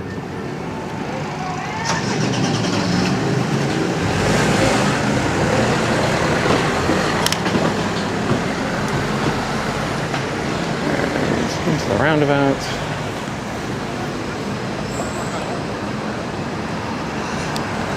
It does amaze me how little car traffic there is in this city at rush hour. Like, this is Friday rush hour. In any city that I lived in Canada, this would just be like rammed with cars, the entire thing. Well, of course, it would also be like a 5-lane road, right? Like for something this wide. And then they would say there's no room for bike lanes because we need all that room for cars.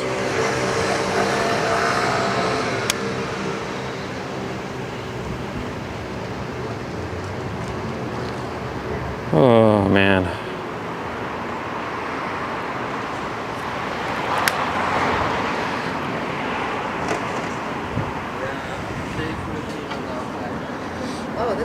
In this weather, everyone's probably already at the park. Possible people left work early.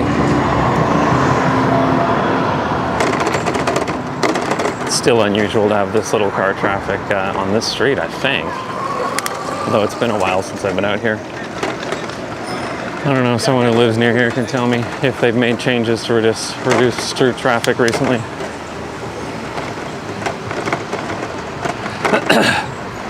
Yeah, I don't know, the dude in Twitch chat who's complaining about, well, I need a car because a car helped me get a job. I'm like, because we build stuff to be car-centric, so that you need a car to get access to more jobs. I mean, that's, it is funny to me, on a related note, when Americans will come and say, public transit sucks. It takes me 2 hours on the bus, but I can drive it in 35 minutes. I'm like, yeah, your state spent trillions of dollars to make cars faster, so are you surprised cars are faster? They don't have to be, though.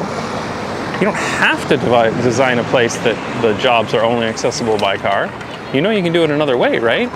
And when you do design a place, when you spend trillions of dollars to make it cars the #1 way to get around, don't be surprised when to the things you need. I mean, because it was built that way, right? That's the point.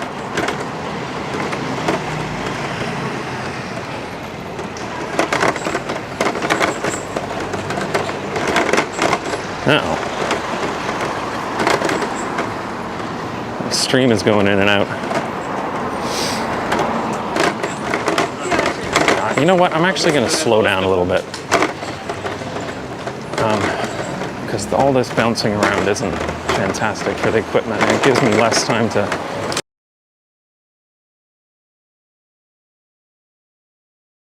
People out at that patio already. It is the weather for it.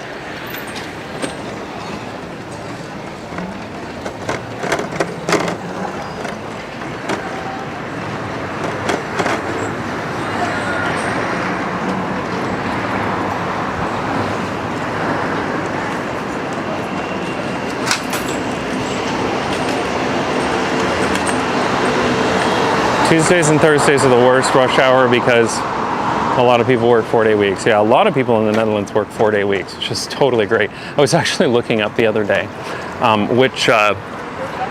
which European nations work the least, like what for the main job, who works the least, and it's the Dutch by a wide margin. They work the least here. So it's not like Spain or Greece or something like that, it's the Netherlands. Because a lot of people do part-time work.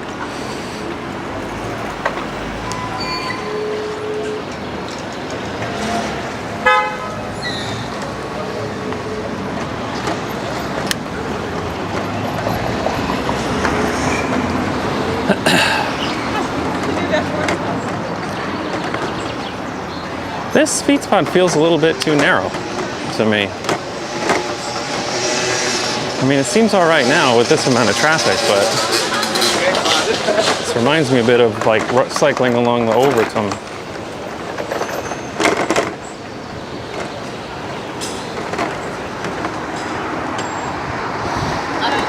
But man, is it nice weather out here. I think if it was like this all the time, though, we'd get spoiled and end up like the Californians where we air condition everything, even though it's like beautiful, perfect weather all the time.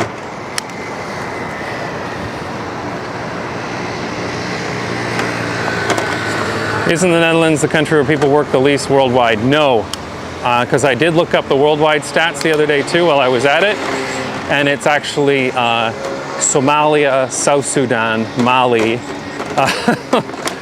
I think that's people who work the least, not necessarily by choice though.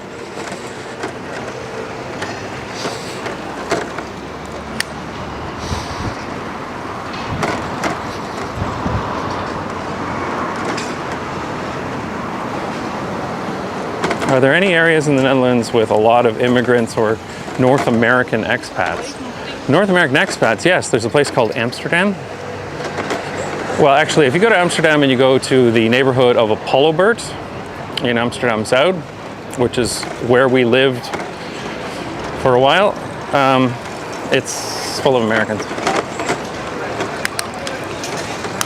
Which is also why there's a bunch of SUVs there.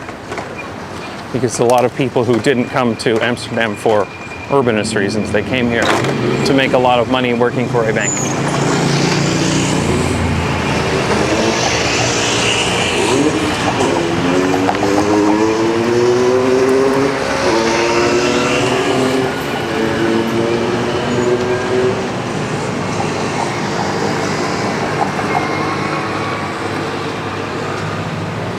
Which one would you rather, ride streetcar or light rail?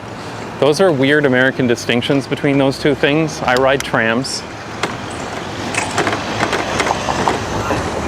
Americans have invented light rail because streetcars have a bad name, because streetcars are typically old streetcars that have been there for decades and they're kind of crappy, but just because they're old and they end up getting stuck in traffic, and so they can't, nobody in America could build a new streetcar line and call it a streetcar, because people will be like, streetcars are terrible, they're old and clunky and get stuck in traffic. So they had to invent a new term that's not used anywhere else in the world called light rail trains, which are just trams.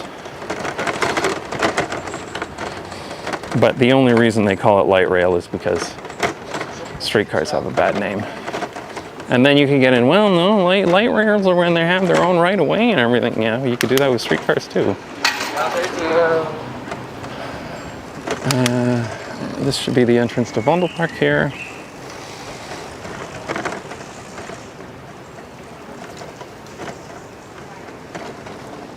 How many speeds does your bike have? That's a 5-gear internal hub. And here we are in Vondelpark. And I bet there's a lot of people out already. There's actually a fair amount of grass still visible there. If you want to come out with your beers. I guess most of the shade is being taken, all the pasty white Dutch people. All right, I'll do a quick ride in Vondelpark, but then I got to get home for some dinner.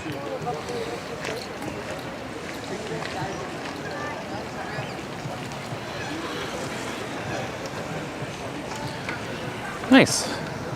Let's go for a little ride around Vondelpark in the nice weather. Turn down the e-assist a bit. It's actually already pretty low. Now it's on its lowest. We didn't see.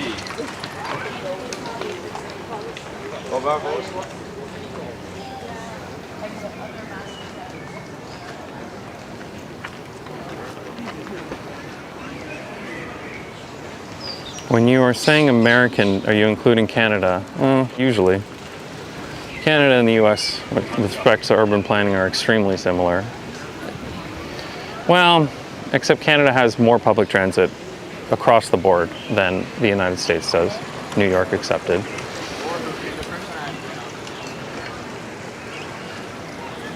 Pasty white Dutch people, Jason, I'm too white for this slaughter. Yes, I understood that I was saying that. I'm whiter than any of them. That does not change the fact that they are pasty white.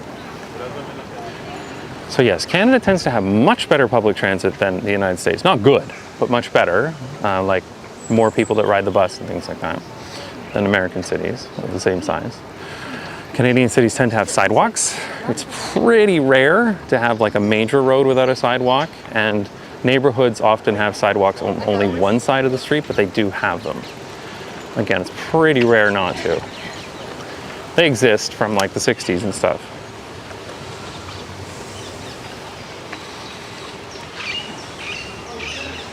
Man, this chat is just not updating. It's annoying. Why is nobody cycling at 35 miles per hour? No John Foresters here. This is a really nice park. Park isn't as busy as I would have thought. Yeah, I think a lot of people might have gone to the beach. Because this is pretty nice beach weather. Because you're right, the park is busy, but it's not that busy.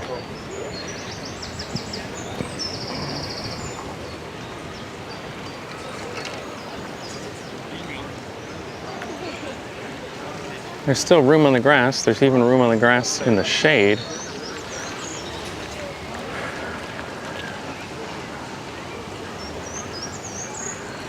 I saw Stadler GTW being called light rail in the internet once. Yeah, see, North Americans don't understand what words mean when it comes to transit, because transit's not a thing that they have.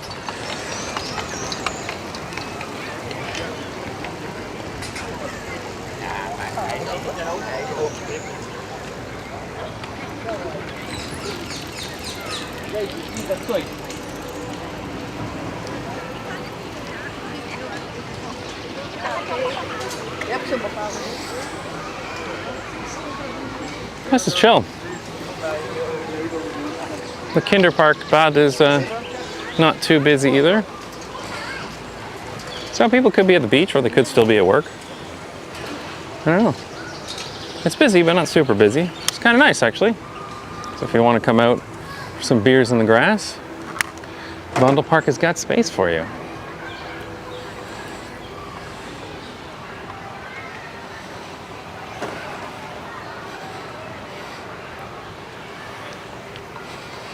Germany's got cities with 40K people with trams. Yeah, I mean, I made a video about that. What America always gets wrong when building transit. Yeah, trams can be used everywhere, but it's so weird. I remember that discussion in London, Ontario, which prompted that video that I made. Where everyone's like, oh, we don't have the population for a tram. Like, we're this tiny little village of 400,000 people. Okay.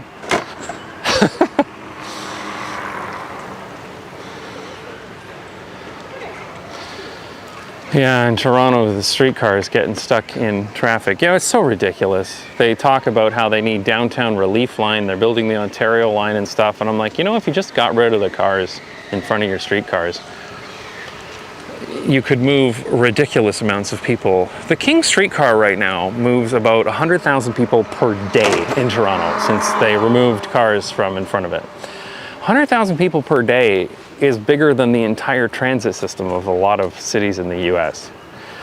And that's just on one tram line. If you did that to all the tram lines, you would move a shit ton of people through downtown. Trams are the best. That's the thing. They're the best form of surface transportation within cities.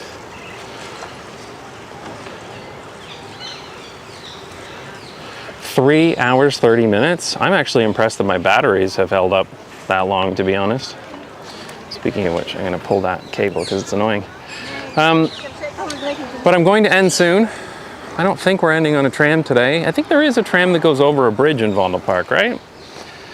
But I just can't be arsed. I'm going to go over to my exit to Vondelpark and we'll just stop there. What do you think of non-profit housing versus for-profit? It would be nice if housing was non-profit. I'm kind of generally of the opinion that residential properties should not be an investment or a source of profit. I mean, commercial property is fine, go do what you want.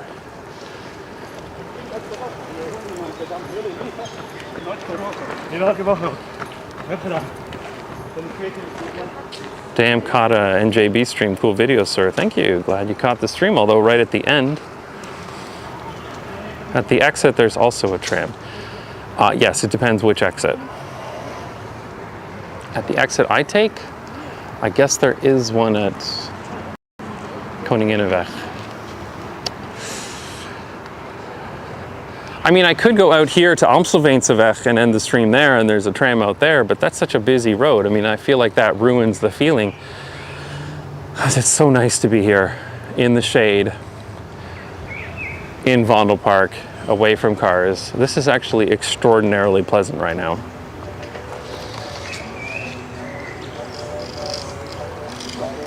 Yeah, it's a good place to come. Whoever had the idea to come to Vondelpark, good idea.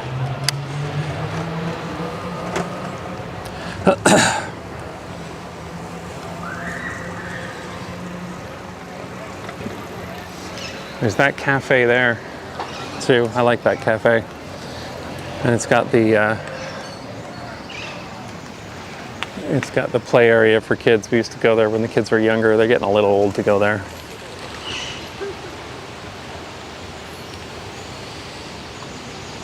What do you think of trolleybus BRT like the new ones in SF? Yeah, I mean, that's fine. Trolleybus BRT is fine. The problem I have with BRT is BRT creep. It's too easy to let the cars creep in when you have a BRT. And if you look, people will say, oh, BRT is cheaper than light rail or trams or whatever. I'm like, only if you cut corners. If you get BRT up to the level of like its own dedicated lane with its stations and everything like that, the cost is pretty much the same as a tram. But then you get BRT creep where they'll be like, well, you know, in this part, you know, maybe we don't need a dedicated lane. We can let it merge in with vehicles and we can make it do a left turn here. And that's the problem with BRTs, is BRT creep. I mean, in theory, they should be fine, and they can work. They do work quite well in some places in South America, where they run a lot of buses. But in most cases, I think cities should be building trams and not BRTs.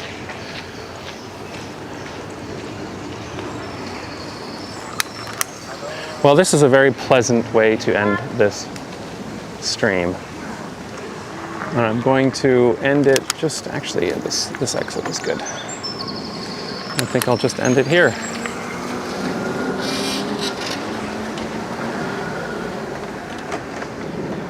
That little microcar down there, it's so funny. We go to that micromobility thing and just on the street is an even smaller car than anything we saw there.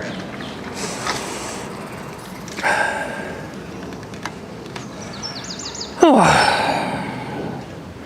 It was a long time to be on a bike, actually. I don't normally ride that long. I need a better seat if I'm going to do that on a regular basis. Thanks for joining the stream, everyone. That was good fun. The Rave ride was a lot shorter than I thought it was, but that was fun too. It's good to see the chaos.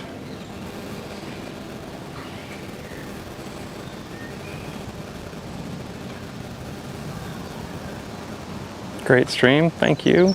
Glad you had fun. That worked fairly well and not very many technical issues, mostly just dropouts in the mobile network when it got too congested.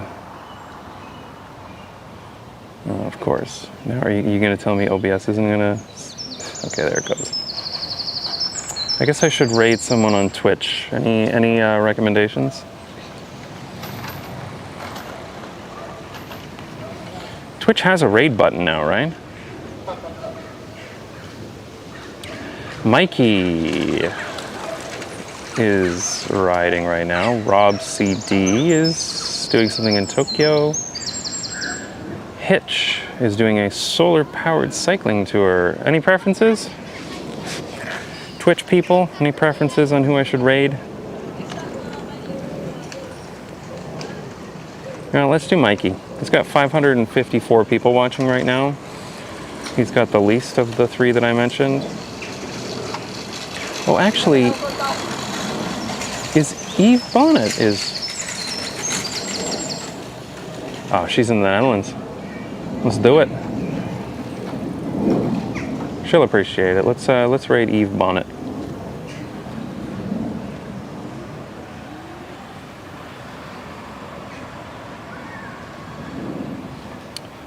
Raid channel. There's a raid button now. Raid Eve Bonnet. She is riding a bicycle in the Netherlands right now. She is cool. You should go watch her. All right. Thanks so much, everybody. And if you're on Twitch, you're gonna come over to see Eve.